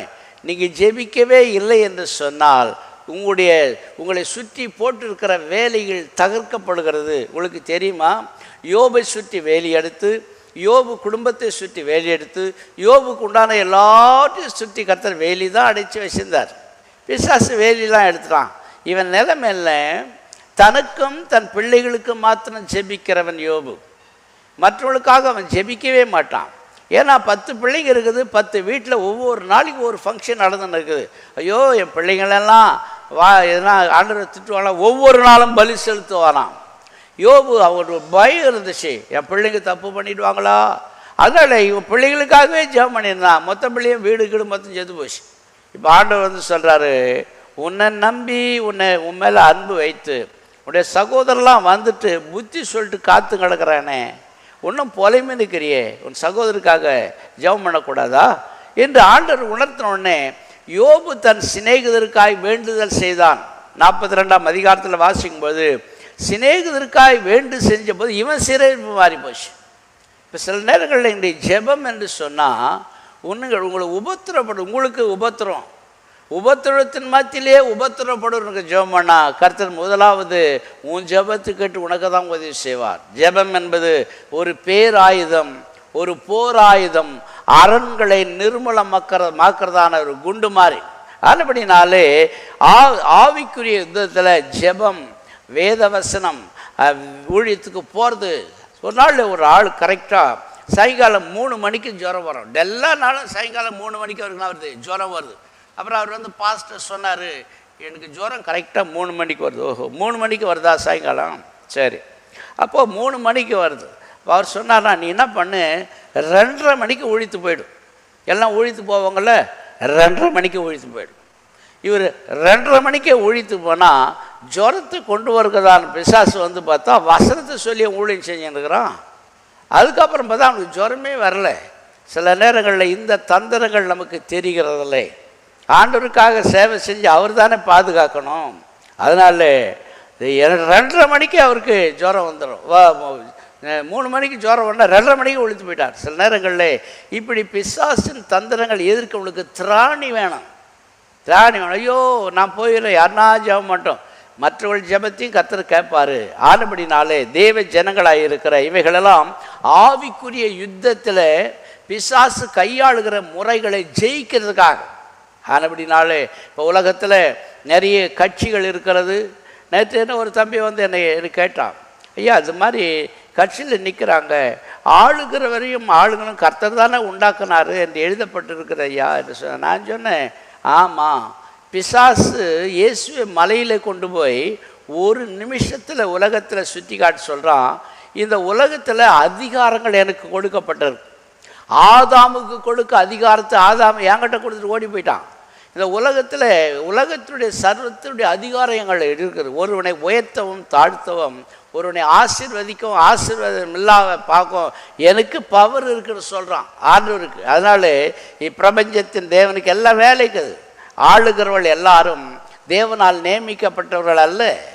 ஆளுகள் சிலத்தில் பிசாசு கூட அவர்களை ஆளுகைக்கு வைக்கிறான். பிசாசு கூட அவங்களுக்கு சொந்தமாக எனக்கு விருப்பமானவர்களுக்கு இதை தருவேன். அவன் சொல்கிறான், ஆண்டவன் அந்த சோதனை பண்ணி முடிஞ்ச உடனே எனக்கு விருப்பமானக்கு சர்வேன், எனக்கு விருப்பமான உயர்த்த என்ன பண்ணிச்சுங்க, இதெல்லாம் உனக்கு கொடுத்துறான்னு சொல்லிட்டானே. ஆனபடினாலே தேவ ஜனங்களாக இருக்கிற நீங்கள் உலகத்தின் தந்திரங்களுக்கு விலகி பாதுகாத்து கொள்ள வேண்டும். கரங்களை வைத்து சொல்லுங்களேன். சரி, முதலாவது சொன்னேன் திருவசனத்திலே பழக்க வேண்டும், அது ஆண்டவரோடு பழகுதல். இரண்டாவது வஸ்திரம் தரித்து போக வேண்டும், ஆவியுடைய சர்வாயுத வர்க்கங்கள் தரித்து கொண்டு போக வேண்டும். மூன்றாவது யுத்தத்தில் பழக்கம், யுத்தம் என்றால் ஜெபத்தில் பழக்கம், சோத்திரம் செலுத்துவதில் பழக்கம், வசனத்தில் பழக்கம். நான்காவது உபாகமம் 14ஆம் அதிகாரம் 22ஆம் வசன வாசிப்போம். உபாகமம் 14:22. நீ உன் தேவனாய கர்த்தருக்கு எப்பொழுதும் பயந்திருக்க பழகும்படி வருஷந்தோறும் விதைக்கிற விதைப்பினாலே வயலில் விளையும் எல்லா பலனிலும் தசம பாகத்தை பிரித்து உன் தேவனாகிய கர்த்தர் தமது நாமம் விளங்கும்படி தெரிந்து கொள்ளும் ஸ்தானத்திலே உன் தானியத்திலும் உன் திராட்சரசத்திலும் உன் எண்ணெயிலும் தசம பாகத்தையும் ஆடுகளின் தலையீட்டுகளையும் அவருடைய சந்நிதியிலே கொண்டு வா, இங்கே வந்து புசிக்கலாம். ஆசரிப்பு கூடாரத்தில் இஸ்ரவேல் ஜனங்களுக்கு 7 விதமான பண்டிகையில் 7வது பண்டிகை இருக்குது பார்த்தீங்களா? அந்த 7வது பண்டிகை தான் கூடார பண்டிகை. இது 1000 வருட அரசாலை. அப்போ வருஷந்தோறும் கூட, அப்போது தினந்தோறும் கூலி வேலை செய்கிறவர்களுக்கு கொடுக்குற தசமபாகம், வாரந்தோறும் கிடைக்கிற வருமானத்தில் தசம்பாகம், மாதந்தோறும் கிடைக்கிறதான பணத்தில் ஒரு தசம்பாகம், வருஷந்தோறும் கிடைக்கிற வருமானத்தில் தசம்பாகம். அதனால் ஒவ்வொன்றும் ஒரு காரியத்தில் சொல்லப்பட்டது. யாக்கோபு பிரயாணப்பட்டு போகும்போது, ஆண்டவரே என்னை இங்கிருந்து கொண்டு போய் உண்ண ஆகாரமும் உடுக்க வஸ்திரத்தையும் கொடுத்து என் தகப்பன் வீட்டுக்கு திரும்பி சுகமாய் வர பண்ணினானால் நீ வருகிற கொடுக்குற எல்லாத்தையும் தசம்பாகம் கொடுத்துருவேன். ரெண்டாவது உனக்கு ஒரு கோயில் கட்டி தருவேன் என்று சொன்னார். அதனால் அவனை கர்த்தர் ஆசீர்வதிச்சார். அதனாலே நீங்கள் தசம பாகம் ஏன் செலுத்த வேண்டும், இதுக்குரிய நிறைய கான்ட்ரவர்சி நிறைய பேர் போடுறாங்க, இதோ பண்ணுறாங்க. தசம பாகம் செலுத்தாத ஆள் கர்த்தருக்கு பயப்படுகிற பழக்கம் இல்லாத ஆள் என்று இந்த வேதம் சொல்லுகிறது. எப்பொழுதும் பழகும்படி, தேவனாய் கர்த்தருக்கு எப்போதும் பயந்திருக்க பழகும்படி வருஷந்தோறும் விதைப்பு. ஏன்னா அறுவடை வருஷத்துக்கு ஒரு தடவை செய்கிறாங்க. வானம் பார்த்த பூமியெல்லாம் வருஷத்துக்கு ஒரு தடவை தான் அறுவடை செய்வாங்க, அது மழை காலத்தில் மாத்திரம். சிலர்லாம் 6 மாதம், செம்பா நெல்லெல்லாம் 6 மாதம் அறுவடை. அதனால அப்போ இப்போ வந்து 5, 6, 8, 5 அதில் 3 மாதத்துக்கு ஒரு தடவை அறுத்துன்னு கிடக்குறான். அதனால் உனக்கு வருமானத்தில் எல்லாம் தசம்பாகும். அப்போ ஏன்பா தசம்பாக கொடுக்கணும், எதெல்லாம் இருக்கட்டும், கர்த்தருக்கு பயந்து இருக்கிற பழக்கம் வேண்டும், பழக்க வேண்டும். நிறைய பசங்க வேலைக்கு போகாத பசங்களாக தசமாக வந்து கொடுக்குறாங்க. ஏது உனக்கு பணம் அது கேட்டால் சொல்லாங்க, இல்லை எனக்கு கை செலவுக்கு எங்கள் அப்பா வீட்டில் எங்கள் அம்மா அப்பா கொடுக்குற பணத்தில் தசம பாகத்தை உங்களுக்கு நாங்கள் கொடுக்குறோம். ஆனபடினாலே உனக்கு கரிமேட்டில் கொஞ்சம் ஜோசியம் பார்க்கறலாம் இருந்தாங்க, இப்போல்லாம் அவங்க வர்றதில்ல. அவங்க ஊரெல்லாம் போய் ஜோசியம் பார்த்துட்டு வந்து அதில் தசம்பாகத்தை கொடுப்பாங்க. ஒரு நாள் கதவை திறந்து பார்த்தா ஜன்னல் வழியாக உள்ள துட்டு கிடக்குது. அப்புறம் அடுத்த நாள் கேட்டேன், நாங்கள் தான்யா தசம்பாகம் எடுத்துருந்தோம், கதவு மூடிச்சு, ஜன்னல் வழியாக போட்டோம். நீங்கள் பார்த்தா மெட்ராஸெல்லாம் பார்த்தா இப்போ இருக்கிறவங்க அந்த ரோட்டு ஓரங்களில் அங்கே இருக்கிற அந்த விற்கிறவங்க பிச்சை எடுக்கிறவங்க அது மாதிரி அப்போ இருந்தாங்க ஜனங்கள். அப்போது ஒரு மனுஷன் ஆசீர்வாதமாக இருப்பதற்கு அநேக வழிகளில் ஒரு வழி, நீ கர்த்தருக்கு பயப்படணும். கர்த்தருக்கு பயந்திருக்க பழக்கம் இல்லாதவர்கள் தசம்பாகம் கொடுக்கவே மாட்டான். நீ கர்த்தருக்கு பயப்படாத ஆள்னு அர்த்தம். ஆனபடினாலே உனக்கு கர்த்தருக்கு பயந்திருக்க பழகுங்கள், பழக்க வேண்டும், கர்த்தருடைய நாமத்துக்கு வேண்ட ஆட்டம். அதனால நாம் ஒரு சமயம் அந்த பக்கம் வீடுல நான் இருந்தேன். அப்போ திண்ணனூரில் சேக்காட்டிலேருந்து சித்துக்காடு, சேக்காட்டில் ஒரு பொண்ணு, அவள் வந்து கல்யாணம் முடித்து எல்லாம் எடுத்து லைனாக வைக்கிறான். பொருத்தனை பண்ணேன், என்னடா பணம், வெள்ளி பாத்திரம், பொண்ணில் வந்ததான அந்த பொண்ணு மோந்திரங்கள், அப்புறம் பணம் எல்லாம் எடுத்து வச்சுருக்கிறான். போட்டா, இதெல்லாம் எதுக்கு எனக்கு இந்த போட்டாலாம் சொன்னால், இதெல்லாம் உங்களுக்கு வேணுமா வானம்மா அதை பற்றி எனக்கு கவலை இல்லை. என் 2 தங்கச்சிக்கு கல்யாணம் ஆயிடுச்சு, எனக்கு கல்யாணம் ஆகலை. ஆண்டவரிடத்தில் ஒரு ஜெபம் பண்ணி பொருத்தனை பண்ணேன், ஆண்டவரே எனக்கு திருமணம் நடந்துச்சுன்னா எனக்கு மொய் பணம் என்ன வருதோ எல்லாத்திலும் 50% நான் காணிக்கையாய் கொடுப்பேன்னு பொருத்தனை பண்ணிக்கினையா. அதனால் கல்யாணம் முடிஞ்சிச்சு, என் பொருத்தனைகளை நிறைவேற்ற வந்திருக்கிறேன். அதில் பொண்ணு மோந்திரம் இருக்குது, வெள்ளி பாத்திரங்க இருக்குது. அவங்க கல்யாணத்தில் என்ன வந்துச்சோ சரி, நல்ல வேலை 2 பேரை வாங்கி கொடுக்கல பழுது. 2 பேரை வாங்கி தான் அத்தையும் கொண்டாந்து இறக்கியிருப்பான். என்ன சொல்ல வருகிற, பொருத்தனைகள் தேவன். யாக்கோபு ஆசீர்வதிக்கப்பட்டதே பொருத்தனை தான். அதனால் அவர் சொல்கிறா, ஐயா இதெல்லாம் உனக்கு வேணுமா வானம்மா, அதை பற்றி எனக்கு கவலை இல்லை. எனக்கு திருமணமானால் என்னுடைய மொழியில் வருகிறது எல்லாத்துக்கும் தசம்பாகணும் பொருத்தனை பண்ணிக்கணும், என் பொருத்தனையை நிறைவேற்ற வேண்டும். அதுபடினாலே தேவ ஜனங்கள் கர்த்தருக்கு கொடுக்கிற விஷயம், கர்த்தருக்கு பயந்திருக்க பழக்குகிறார்கள். 5வதாக 2 பேதுரு 2ஆம் அதிகாரம் 4ஆம் வசனத்தை நீங்கள் வாசிக்கும்போது அங்கே எழுதப்பட்டிருக்க பேதுரு சொல்றாரு, பாவம் செய்த தூதர்களை தேவன் தப்ப விடாமல் அந்தகார சங்கிலியை கட்டி நரகத்தில் தள்ளி நியாய தீர்ப்புக்காக அவர் வைத்திருக்கிறார். 2 பேதுரு 2ஆம் அதிகாரம் 4ஆம் வசனம். அதனால 1 பேதுரா பாருங்க, பொருளாசையை வெறுக்க பழகுகிறவர்களாய் நீங்கள் காணப்பட வேண்டும். அப்போ நமக்கு பொருள் ஆசையை வெறுக்கணும். பொருள் வேணும், அது மேலே ஆசை வரக்கூடாது. பணம் வேணும், பணமே கதியாக இருக்கக்கூடாது. சரிங்களா? விபச்சாரத்தினாலே நிறைந்தவர்களும் பாவத்தை விட்டு ஓயாதவர்களுமாய் இருக்கிற கண்களை உடையவர்கள், உறுதியில்லாத ஆத்துமாக்களை தந்திரமாய் பிடித்து பொருளாசையில் பழகின இருதயத்தையுடையவர்களாக சாபத்தின் பிள்ளைகள். யாரா சாபம் எப்படிலாம் வருது? விபச்சார மயக்கத்தில் நிறைந்தவர்கள். இவன் கண்ணே அந்த பார்வையில் தான் இருக்கும். பாவத்தை விட்டு ஓயாதவர்கள், எப்போ பார்த்தாலும் பாவம், அவன் கண்ணு பாவத்தையே நோக்கி கொண்டு இருக்கிறது. உறுதி இல்லாத ஆத்துமாக்களை தந்திரமாய், ஸ்டடி இல்லாத சில விசுவாசி இருப்பாங்களே, அவங்கள போய் குறை சொல்கிறது. நேற்று மாலையிலே ஒரு காரியத்தை சொன்னேன். நீங்கள் நான் மாலையில் யூடியூப்பில் போய் பார்த்தீங்கன்னா தெரியும். அங்கே வேதம் சொல்லுகிறது, பின்மாற்றக்காரர்கள் தேவன் மேல் சொல்லுகிறதான குறைகள் என்ற தலைப்பிலே அந்த ரூத்து புஸ்தகத்திலிருந்து சொன்னோம். அந்த பின்மாற்றக்காரர்கள் முதலாவது யாரை குறை சொல்லுவாங்கன்னு சொன்னால் தேவனையே குறை சொல்லுவாங்க. ஒரு ஆண்டவர் ஒன்று செய்யலை. 2வது ஊழியக்காரை குறை செய்வாங்க.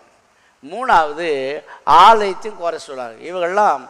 இவருடைய வார்த்தையினால் எவனுக்கும் விசுவாசமே வராது.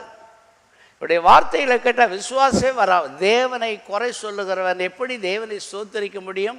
ஆனபடினாலே நீங்கள் பொருள் ஆசையிலே பழகி உங்களுடைய இருதயம் அதே இருந்தால் இட் இஸ் கெட்டிங் த சாபத்தை கொண்டு வரும். பொருள் வேணுமா? வேணும். பணம் இல்லைன்னா என்ன வேலை செய்ய முடியும்? சரிங்களா? இப்போ ஏசி போடணுன்னு சொல்கிறேன் நான். ஏசி இப்போ கூட நிற்க முடியல, நாட்கள் ஆக இப்படி இருக்குது. ஒரு ஏசி போடணும், அதில் விட்டால் எது வேணும்? இதுக்கெல்லாம் பணம் இருந்தால் தானே முடியும்.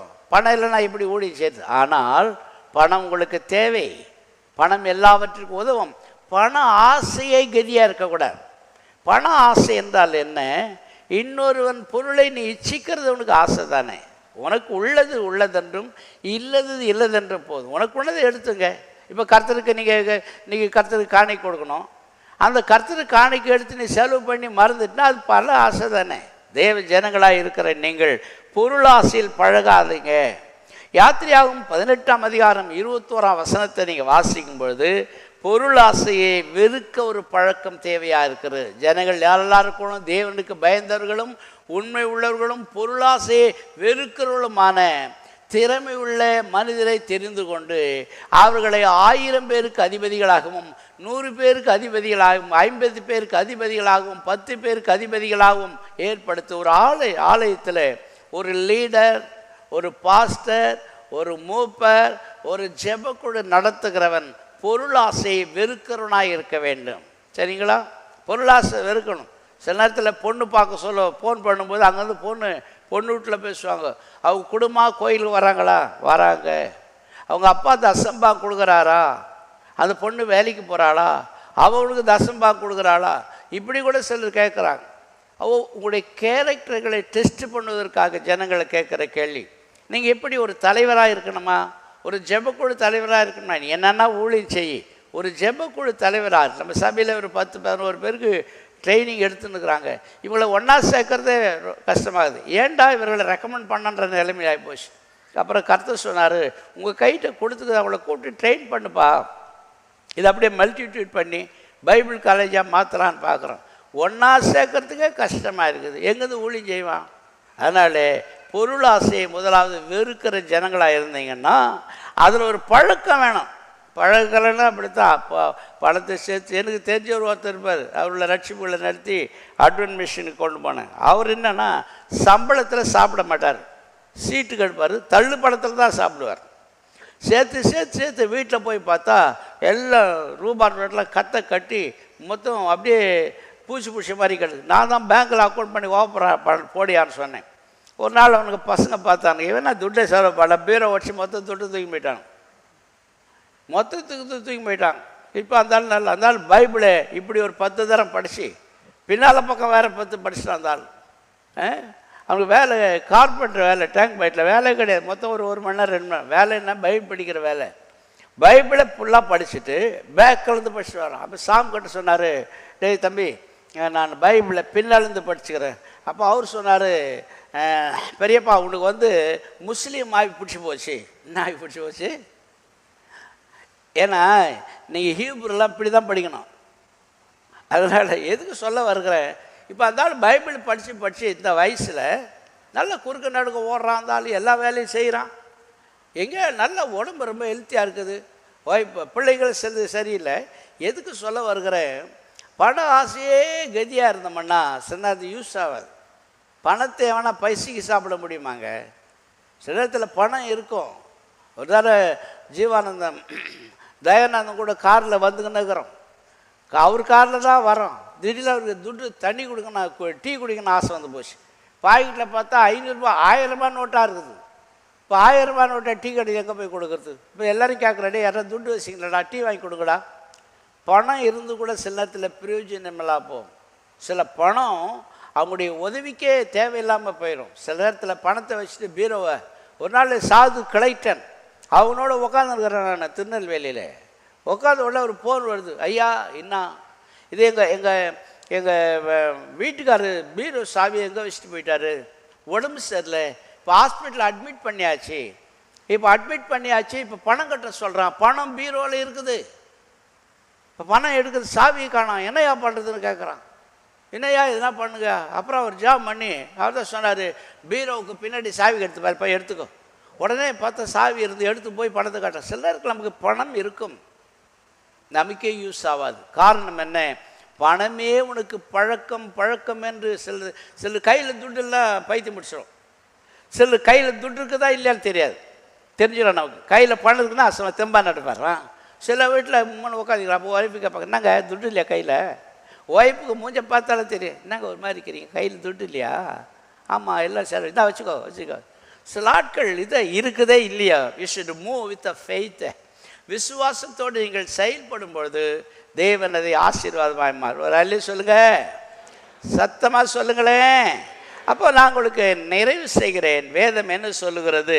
பொருள் தேவை, பொருள் ஆசை வெறுக்கிற பழக்கம் தேவை. 1 சாமுவேல் 2ஆம் அதிகாரம் 2ஆம் வசனத்தை நீங்கள் வாசித்தீங்கன்னா அங்கே எழுதப்பட்டு, கர்த்தரை போல பரிசுத்தம் உள்ளவர் இல்லை, உம்மையல்லாமல் வேறொருவரும் இல்லை, எங்கள் தெய்வரை போல ஒரு கன்மலையும் இல்லை.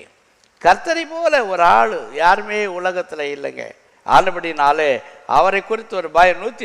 119ஆம் சங்கீதம் 36ஆம் வசனத்தை வாசிக்கும் போது, 119ஆம் சங்கீதம் 36ஆம் வசனம்,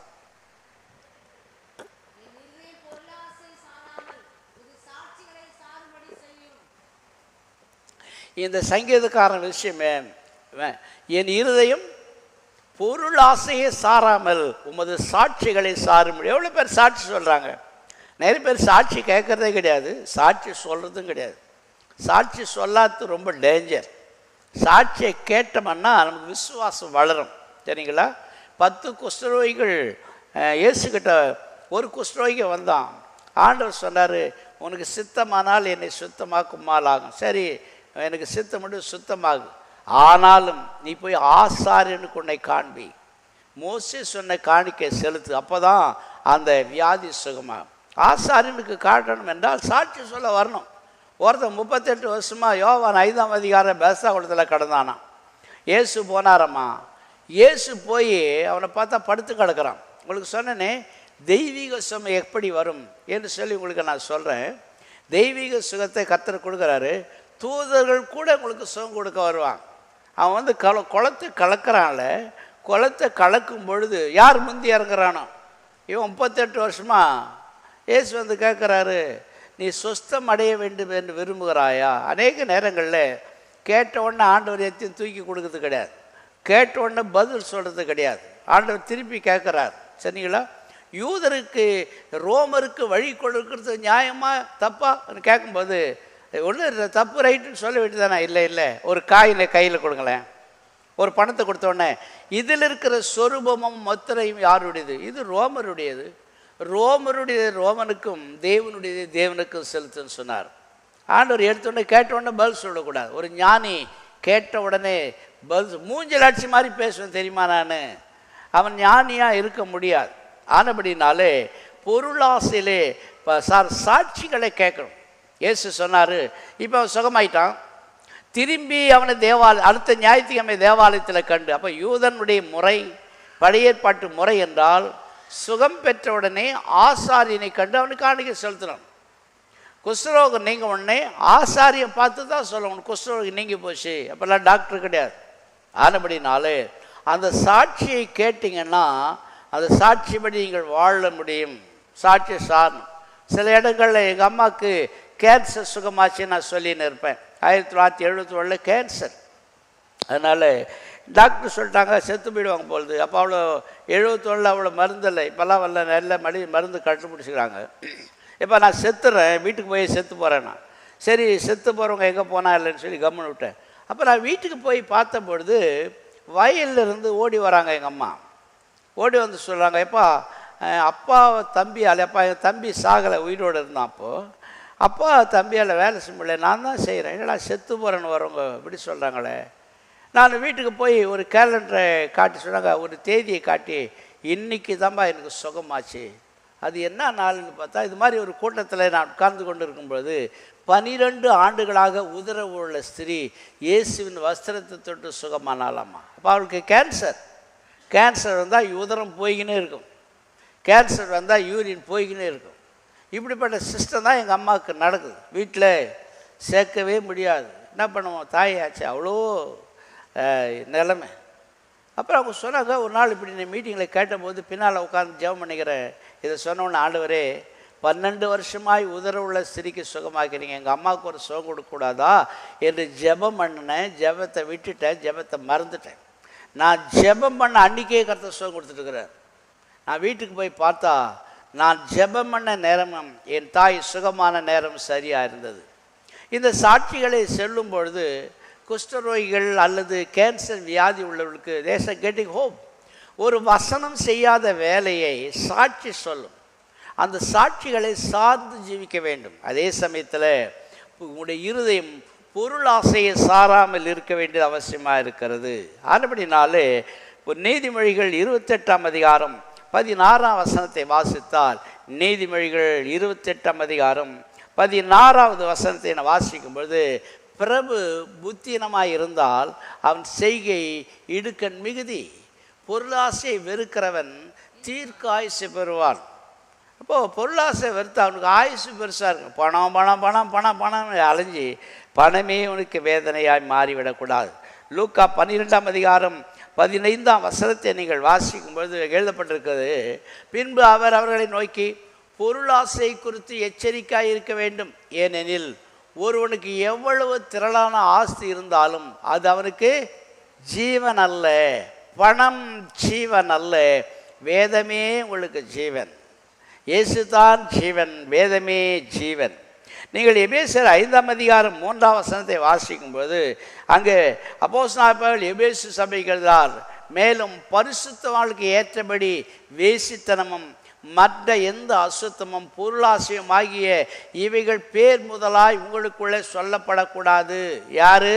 பரிசுத்தவான்களுக்கு ஏற்ற வேசித்தனம், பரிசுத்தவான்களுக்கு ஏற்ற அசுத்தம், பரிசுத்தவான்களுக்கு ஏற்ற பொருளாசை. அப்போ பரிசுத்தவான்களுக்கு ஏற்ற வேசித்தனம் என்ன? இச்சையோடு பார்க்கலாம், அது வேசித்தனம். பரிசுத்தவானுக்கு இந்த அசுத்தம் என்ன? ஆனபடினால அதே மாதிரி பரிசுத்தவானுக்கு ஏற்ற பொருளாசை. ஆனபடினாலே தேவ ஜனங்கள் ஜாக்கிரதையா. கொலோசியர் 3:5 நீங்கள் வாசிக்கும்போது, நீங்கள் பழக வேண்டும் பொருளாசை வெறுக்கிறது. ஆகையால் விபச்சாரம், அசுத்தம், மோகம், துரிச்சை, விக்கிரக ஆராதனையான பொருளாசை ஆகிய இவைகளை பூமியில உண்டு பண்ணுகிறவங்கள் அவயங்களை அழித்து போடுங்கள். விக்கிரக ஆராதனையான பொருளாசை விக்கிரக ஆராதனை. விக்கிரகத்தை நமஸ்கரிக்க சோதரிக்க கூடாதுன்றாரு. ஆனால் பொருளாசையான விக்கிரக ஆராதனை, பொருளாசையில் பணம் எப்படி சம்பாதிக்கணும், பணம் நல்லது, சம்பாத்தியம் மட்டும் அதே கதியாக்க கூடாது. கர்த்தர் ஏற்ற நேரத்தில் செய்வார். அது ஒரு விக்கிரக ஆராதனை என்பதை நீ மறந்து போகக்கூடாது. 1 தீமோத்தேயு 2:5 சொல்லப்பட்டிருக்குது, நீங்கள் பொருள் ஆசையிலே பழகாதீங்க. பொருள் ஆசையிலே பழகக்கூடாது. அதனால் 1 தெசலோனிக்கர் 2:5 நாங்கள் வாசிக்கும் பொழுது, பொருள் தேவை, ஆசை வேண்டாம், உன் ஆசை கர்த்தர் மேல் இருக்கட்டும். 1 தெசலோனிக்கர் 2:5 அவர் எழுதும்போது சொல்லுகிறாரு, பொருள் ஆசையை உண்டு பண்ணுகிறவங்கள் அவைங்களை அழிச்சு போடுங்க. உங்களுக்கு தெரிந்திருக்கிறபடி நாங்கள் ஒரு காலம் இச்சகமான வசனங்களை சொல்லவும் இல்லை, பொருள் ஆசை உள்ளவர்களாய் மாயம் பண்ணவும் இல்லை. தேவனே சாட்சி. ஒரு ஊழியக்காரனுக்கு உங்களுக்கும் தேவன்தான் சாட்சி. இச்சகம். ஆனபடினாலே உங்கள் பழக்கம் பொருளாசை வெளியே வேண்டாம். நான் முடிக்கிறேன். தீத்து புஸ்தகம் 3:14 நீங்கள் வாசிக்கும் போது, நற்கிரியை செய்ய உங்களுக்கு பழக்கம் தேவை. நம்முடையவர்களும் கனியற்றவர்களாய் இராதபடி குறைவுகளை நீக்குவதற்காக எதுவான நற்கிரியை செய்ய பழகட்டும். நற்கிரியை செய்யல ஒரு பழக்கம் வேணுங்க. ஒரு உதவி செய்ய ஏழைக்கிறங்க. நிறைய பேர் நம்முடைய கிறிஸ்துமஸ் நாளில் துணி புடவெல்லாம் எடுத்து கொடுக்குறாங்க. அது நற்கிரியைகள். சிலர் நேராக செஞ்சுக்கிறாங்க, சிலர் என்கிட்ட கொடுக்குறாங்க, சிலர் என்கிட்ட கொடுத்துக்க இன்னாருக்கு கொடுங்கன்னு சொல்கிறாங்க. இப்போ நீங்களே செஞ்சால் என்ன? நீங்களே செய்யலாம். துட்டு குதை நினச்சி உங்ககிட்ட கடன் கேட்க வந்துடுவாங்க. அதனால் நற்கிரியை செய்ய பழக்கம். சபை அநேக நற்கிரிகளை செய்கிறது. சிலருக்கெல்லாம் வாடகை கட்டின்னு இருக்கிறோம், சிலருக்கு அரிசி பருப்பு வாங்கி கொடுத்துருக்குறோம். நிறைய பேர் சிலர் தசமபாகம் போக மாதத்துக்கு ஒரு மூட்டை அரிசி வாங்கி கொடுத்துருக்குறாங்க. அதனால் இந்த அவைகள்லாம் இந்த கன்வென்ஷன் மற்ற காரியங்களுக்கு உபயோகமாகிறது. அதனால் சிலர் இன்னொருத்தர் மாதம் அரிசி வாங்கி கொடுக்குறாங்க. அவருக்கு பிஸ்னஸ் டல் ஆகிடுச்சு. அதுக்காக ஜெபம் பண்ணுறேன்.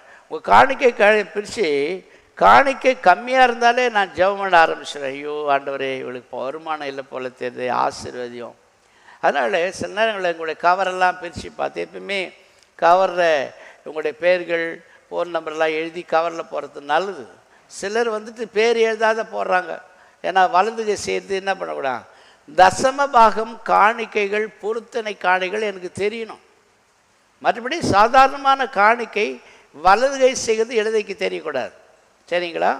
ஏன்னா உங்களுக்கு தசமபாகம் பொருத்தனைகள் எல்லாம் தெரியணும். தாவீது சொன்னான், உன் பொருத்தனைகளை சபை நடுவிலே செலுத்துவேன் என்று சொன்னான். ஆனபடினாலே தேவ ஜனங்களாக இருக்கிற நீங்கள் அறிந்து கொள்ள வேண்டிய விஷயம் என்ன? நற்கிரியை செய்யுங்க, உதவி செய்யுங்க, ஏழைக்கு இறங்குங்க. எங்கன்னா போனால் யாரும் சாப்பாடில் ஒரு ஆளுக்கு சாப்பாடு வாங்கி கொடுங்க. உங்கள் சாப்பாடு எடுத்து பாரு, ஐயோ ஐயான்னு சரி கொடுத்துட்டு போ, உனக்கு எதனா கர்த்தர் கொடுப்பார். ஏழைக்கு இறங்குகிறவன் கர்த்தருக்கு கடன் கொடுக்கிறான், கர்த்தர் அதை அவனுக்கு திரும்ப தருவார். If you are give to something to somebody, ஆண்டவர் திரும்ப கொடுப்பார். ஒரு நாள் அந்த பக்கம் ஸ்டேஜ் சாது செல்லப்பா சொல்லுவார், கர்த்தர் எனக்கு கடங்காரர் அவர். ஏன்னா நிறைய ஏழைக்கு உதவி செஞ்சேன். அதை நினச்சி நான் ஒரு நாள் பேசினேன். அன்றைக்கி அந்த சினிமா நடிகர், அவர் பேர்னா ஏவிஎம் ராஜா மீட்டிங், கூட்டம் அந்த பக்கம் ஸ்டேஜ் நிறைய. நான் சொன்னேன், கர்த்தர் எனக்கு கடங்காரர். ஏன்னா நிறைய பேருக்கு உதவி பண்ணிக்கிற அரிசி வாங்கி கொடுத்தேன். அடுத்து அவர் எழுந்தார், கர்த்தர் ஒரு நாளும் ஒருவனுக்கும் கடங்காரர் அல்ல. பாஸ்டர் பாதி வசனம் தான் படிச்சிருக்கிறார், மீதி வசனம் சொல்லுது, ஏழைக்கு இறங்குறவன் கர்த்தருக்கு கடன் கொடுப்பான், கர்த்தர் அதை அவனுக்கு திரும்ப தருவார் தான் எழுதி இருக்குது. அதனால் சில நேரங்களில் சில பரிசுத்தவான்களை வார்த்தைகளை கேட்டு நான் சொல்கிறது வழக்கம். எதுக்கு இதை சொல்ல வருகிறேன்? நீங்கள் கர்த்தருக்கு கடன் கொடுக்கறது ஒரு பெரிய ஆசீர்வாதம். கல்வாரி சிலுவை கொடுத்து நான் பேசிட்டேன். இயேசு சிலுவையை ஒருத்தர் சுமக்கிறது எவ்வளோ பெரிய பாக்கியம் பார்த்தீங்களா? சரிங்களா? அவன் இயேசு பக்கத்தில், இயேசு பக்கத்தில் கள்ளன் தொங்கியிருந்தானே, அது எவ்வளோ பெரிய பாக்கியம். அன்றைக்கி அவனுக்கு ரட்சிப்பு கிடைச்சி போச்சே. சரியா? இதுபோல் ஒரு சப்ஜெக்ட் போன வாரம் இப்போ பேசுகிறேன். அப்போது ஏழைக்கு இறங்குதல் உங்களுக்கு ஆசீர்வாதம். எபிரேயர் 12:6-11 சிலருக்கு சிச்சை வருகிறது, வியாதி வருகிறது. வேதம் சொல்லுகிறது, கர்த்தர் எவனிடத்தை அன்புகிறாரோ அவரை என்ன பண்ணாரு? சிச்சிட்டு தாம் சேர்த்து கொள்ளுகிற எந்த மனுஷனையும் என்ன பண்ணாரா? எந்த மகனையும் தண்டிக்கிறார். பிள்ளைகளுக்கு சொல்லுகிறது போல உங்களுக்கு புத்தி சொல்லி வருகிற புத்திமதியை மறக்காதீங்க. கர்த்தர் சிலரை சிட்சிக்கிறார். நீங்கள் சிட்சையை சகித்தவர்களானால் தேவன் உங்களை புத்திரராய் என்பார். ஒரு பிள்ளை தப்பு பண்ணால், ரோட்டில் 2 பிள்ளை விளையாடுங்குது, 2 பேரும் தப்பு பண்ணால் ஒரு தகப்பன் தாம் பிள்ளையை தான் அடித்து எடுத்துகிட்டு வருவான், இன்னொருத்தன் பிள்ளையை அடிக்க முடியாது. அதே போல் சில நேரங்களை கர்த்தர் சிட்சிக்கார். யோபை ஆண்டவர் சிட்சித்தார், கொடூரமான சிட்சை, யாரும் ஏற்றுக்கொள்ளவே முடியாத சிட்சை. அவருக்கு தெரியும் அதே பிள்ளைகள் திரும்ப கிடச்சிச்சு, டபுள் ஆசீர்வாதம். சோதனையை சகிக்கிற மனுஷன் பாக்கியவான், உத்தமென்று விளங்கினாத்தான் கர்த்தர் வாக்குத்தத்தம் பண்ணதை கொடுக்குறாராம். அதனாலே எந்த சிட்சை உங்களுக்கு கஷ்டமாக தான் இருக்கும், பின்னாலே அதில் பழகினோள். 6ஆம் அதிகாரத்தில் நீங்கள் வேதத்தில் எபிரேயர் 12:6 7 வாசம் 8 நீங்கள் வாசிக்கும்போது எழுதப்பட்டிருக்கிறது, எல்லாருக்கும் கிடைக்கிற சிட்சையே உங்களுக்கு கிடைத்ததானால் நீங்கள் புத்திரராயிராமல் வேசி பிள்ளைகளாயிருப்பீர்கள். அவனை மாதிரியே உனக்கு வருதுங்க, இல்லை உங்களுக்கு எக்ஸ்ட்ராடினரியா உங்களை ஆண்டவர் சிட்சிக்கிறார். யோபுக்குடைய சிட்சையை கேள்விப்பட்டிருப்பீங்களே, யோசேப்புடைய சிட்சைகளை கேள்விப்பட்டிருக்கல. குழியில் போட்டானுங்க, போத்தி பாரு துணியை பிடிக்கினாத்த சாட்சி ஜெயிலில் அடிச்சிட்டா, சிறைச்சாலை இருந்தவன் சிங்காசனத்துக்குள்ளே வருகிறான் என்பதை அறிந்து கொள்ளலாம். குழியில் இருந்த அவன் கோபுரத்துக்கு வந்தான், ஆடு மேய்த்தவன் அரசவனானான். இவர்களெல்லாம் சிட்சைகளை சகித்ததான ஜனங்கள். தாவீதுடைய சிட்சை பயங்கரமான சிட்சை. பிரியமான தேவனுடைய பிள்ளைகளே, இக்காலத்து பாடு இனி நம்மில் வெளிப்பட போகிற மகிமைக்கு ஒப்பானவைகள் அல்ல. நீங்கள் பாடுபட்டால் ஆளுகை செய்வீர்கள். உபாகமம் 8ஆம் அதிகாரம் 5 நீங்கள் வாசித்தால் எழுதப்பட்டிருக்கு. உபாகமம் 8:5, ஒருவன் தன் புத்திரனை சிட்சிக்கிறது போல தேவனாய் கர்த்தர் உன்னை சிட்சிக்கிறார் என்று உன் இருதயத்தில் அறிந்து கொள்வாய். You should determine. புரிஞ்சிக்கோ, ஒரு அப்பனை ஒரு பையன் தன் பிள்ளை எப்படி சிட்சிக்கிறானோ அது மாதிரி கர்த்தர்களை சிட்சிக்கிறார். அதில் ஒரு பெருத்த ஆசீர்வாதம் இருக்குது. யோபு 5:17 நீங்கள் வாசிக்கும் பொழுது இந்த சிட்சை உங்களுக்கு ஆசீர்வாதம். இதோ தேவன் தண்டிக்கிற மனுஷன் பாக்கியவான், சர்வ வல்லவருடைய சிட்சை அற்பமாய் எண்ணாதே. there is a blessing next that. அந்த போராட்ட சோதனைக்கு பிறகு அது பெருத்த ஒரு ஆசீர்வாதத்தை வேதம் நமக்கு சொல்லுகிறது. சங்கீதம் 50:17 நீங்கள் வாசிக்கதான பொழுது அங்கே எழுதப்பட்டிருக்குது, சிட்சையை பகைத்து என் வார்த்தைகளுக்கு பின்னாக நீ எறிந்து போடுகிறாய். சிட்சையை பகைக்கிறேன், ஆனபடினாலே சிட்சையை பகைக்காதே, அது உனக்கு ஆசீர்வாதத்தை தான் கொண்டு வருமாம். எபேசியர் 6ஆம் அதிகாரம் 4 நீங்கள் வாசிக்கும் பொழுது எழுதப்பட்டிருக்கிறது, பிதாக்களே நீங்கள் பிள்ளைகளுக்கு கோபம் படுத்தாமல் கர்த்தருக்கேற்ற சிட்சையிலும் போதனையிலும் அவர்களை வளர்ப்பீராக. சிட்சை கர்த்தருக்கேற்ற மாதிரி இருக்கணும். கோபத்தில் பிள்ளைங்களை போட்டு அடிக்கக்கூடாது. புருஷனை மனைவிக்கு கோபம் தான் பிள்ளை அடி வாங்குவான், ஏன் வாங்குறான்னு தெரியாது. ஒரு பிள்ளையை நீ அடிக்கிறன்னா எதுக்காக அடி வாங்குறான்னு தெரியக்கூடாது. உன் கோபத்தினால பிள்ளையை அடிக்காதே, அது உனக்கு பெரிய ஆபத்தாய் மாறிவிடும். வெளிப்படுத்தின விசேஷம் 3ஆம் அதிகாரம் 19 நீ வாசிக்கும் அதில் எழுதப்பட்டிருக்கிறது, நான் நேசிக்கிறவர்கள் எவர்களோ அவளை கடிந்து கொண்டு சிட்சிக்கிறேன், ஆகையால் நீ ஜாக்கிரதையாக இருந்து மனம் திரும்பு. சிட்சிக்கப்பட்ட யோபு இரட்டத்தனையாய் ஆசீர்வதிக்கப்பட்டான். சிட்சிக்கப்பட்டதான யோசேப்பு ராஜா அடுத்த சாரத்தில் அரசனாய் மாறி அந்த ஊருக்கே உலகத்துக்கே படியாளர்களாய் மாறித்தான். சிட்சித்ததான தாவீது அவர் சிங்காசனத்தில் அமர்ந்தான். தாவீது நாளுக்கு நாள் விருத்தி அடைந்தான், போன இடமெல்லாம் ஜெயம் பெற்றான், வர வர வர வர பெரிய மனுஷனானான். அவன் அவன் அவன் எங்கே போனான் ஜெயமாய் மாறிட்டு கிரீடம் அவனை தேடி வந்தது. ஆனபடி நான் இந்த காலை வேளையில் கொஞ்சம் பழகிக்கொள்ளுங்கப்பா, திருவசனத்தில் பழகிக்கொள்ளுங்கள், ரட்சிப்பின் வஸ்திரத்தை உடுத்த பழகிக்கொள்ளுங்கள், உன் கைகளை யுத்தத்துக்கு பழக்குங்க. அது நம்ம ஜனங்களோடு இல்லை யுத்தம், பிசாசோட சேனைகளோடு யுத்தம். பொருளாசை வெறுக்க பழக்க வேண்டும், கர்த்தருக்கு காணிக்கை தசமாக கொடுக்க பழக்க வேண்டும், நற்கிரிகள் செய்ய பழக்க வேண்டும், சிச்சைகளை சகிக்க பழக்க வேண்டும். நம்ம எல்லாரும் எழுந்திருப்போம், கண்களை மூடி கர்த்தரை நோக்கிப்போம். What is your attitude and habit? உடைய மனப்பாங்கு என்ன? உடைய செயல்பாடு தான் என்ன? உடைய பழக்கம் என்ன? யோபு சொல்கிறார், நீ சர்வ வல்லவரோடு பழக வேண்டுமானால் இந்த பழக்கம் உங்களுக்கு தேவையார். நீ சர்வ வல்லவரோடு பழகி அவரோடு சமாதானமாக இருப்பா. அவர் சிச்சிக்கிறாரா, அவரோடு பழகு. ஜீவானந்தன் அடிக்கடி சொல்வார், உங்கள் அப்பா உன்னை அடிக்கிறாருன்னா ஓடாதடா, ஓடனா துரத்தினே வருவார். உங்கள் அப்பா அடித்தார்னா காலை சேர்த்து பிடிச்சிக்கோ. இல்லைப்பா இல்லைப்பா இல்லைப்பான்னு சொல்லி அடிக்கவே மாட்டான். பாஸ்டர் ஜீவானந்தன் சொல், உங்கள் அப்பா அடிக்கிறார், நீ ஓடனா துரத்தின்னு வருவான்.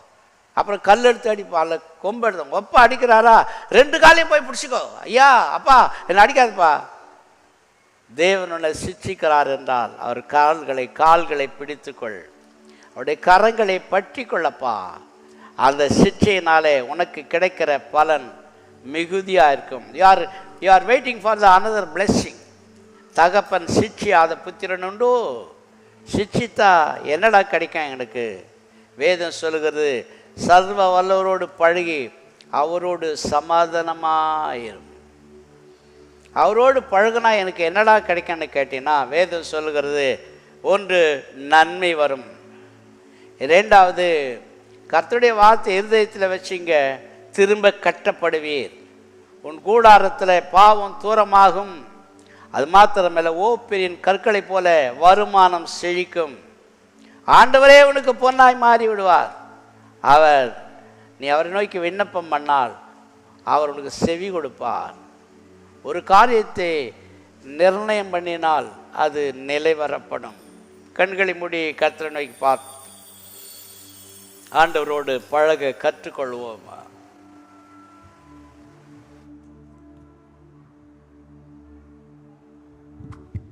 கண்களை மூடி தலைகளை தாழ்த்தி கர்த்தரை நோக்கி பார்ப்போம். நாளை கர்த்தர் நம்மோடு கூட பேசியிருக்கிறார். பரிசுத்த ஆவியானவர் நம்முடைய உள்ளத்துக்கு ஊழியர்களை செய்திருக்கிறார். பழக்கம் நம்முடைய வாழ்க்கையில் மிக முக்கியமானது. சர்வ வல்லவரோடு நமக்கு பழக்கம் இருக்கிறதா? தேவனோடு உறவாடுகிறவர்களாக இருக்கிறோமா? ஜெபிக்க பழகினவர்களாக இருக்கிறோமா?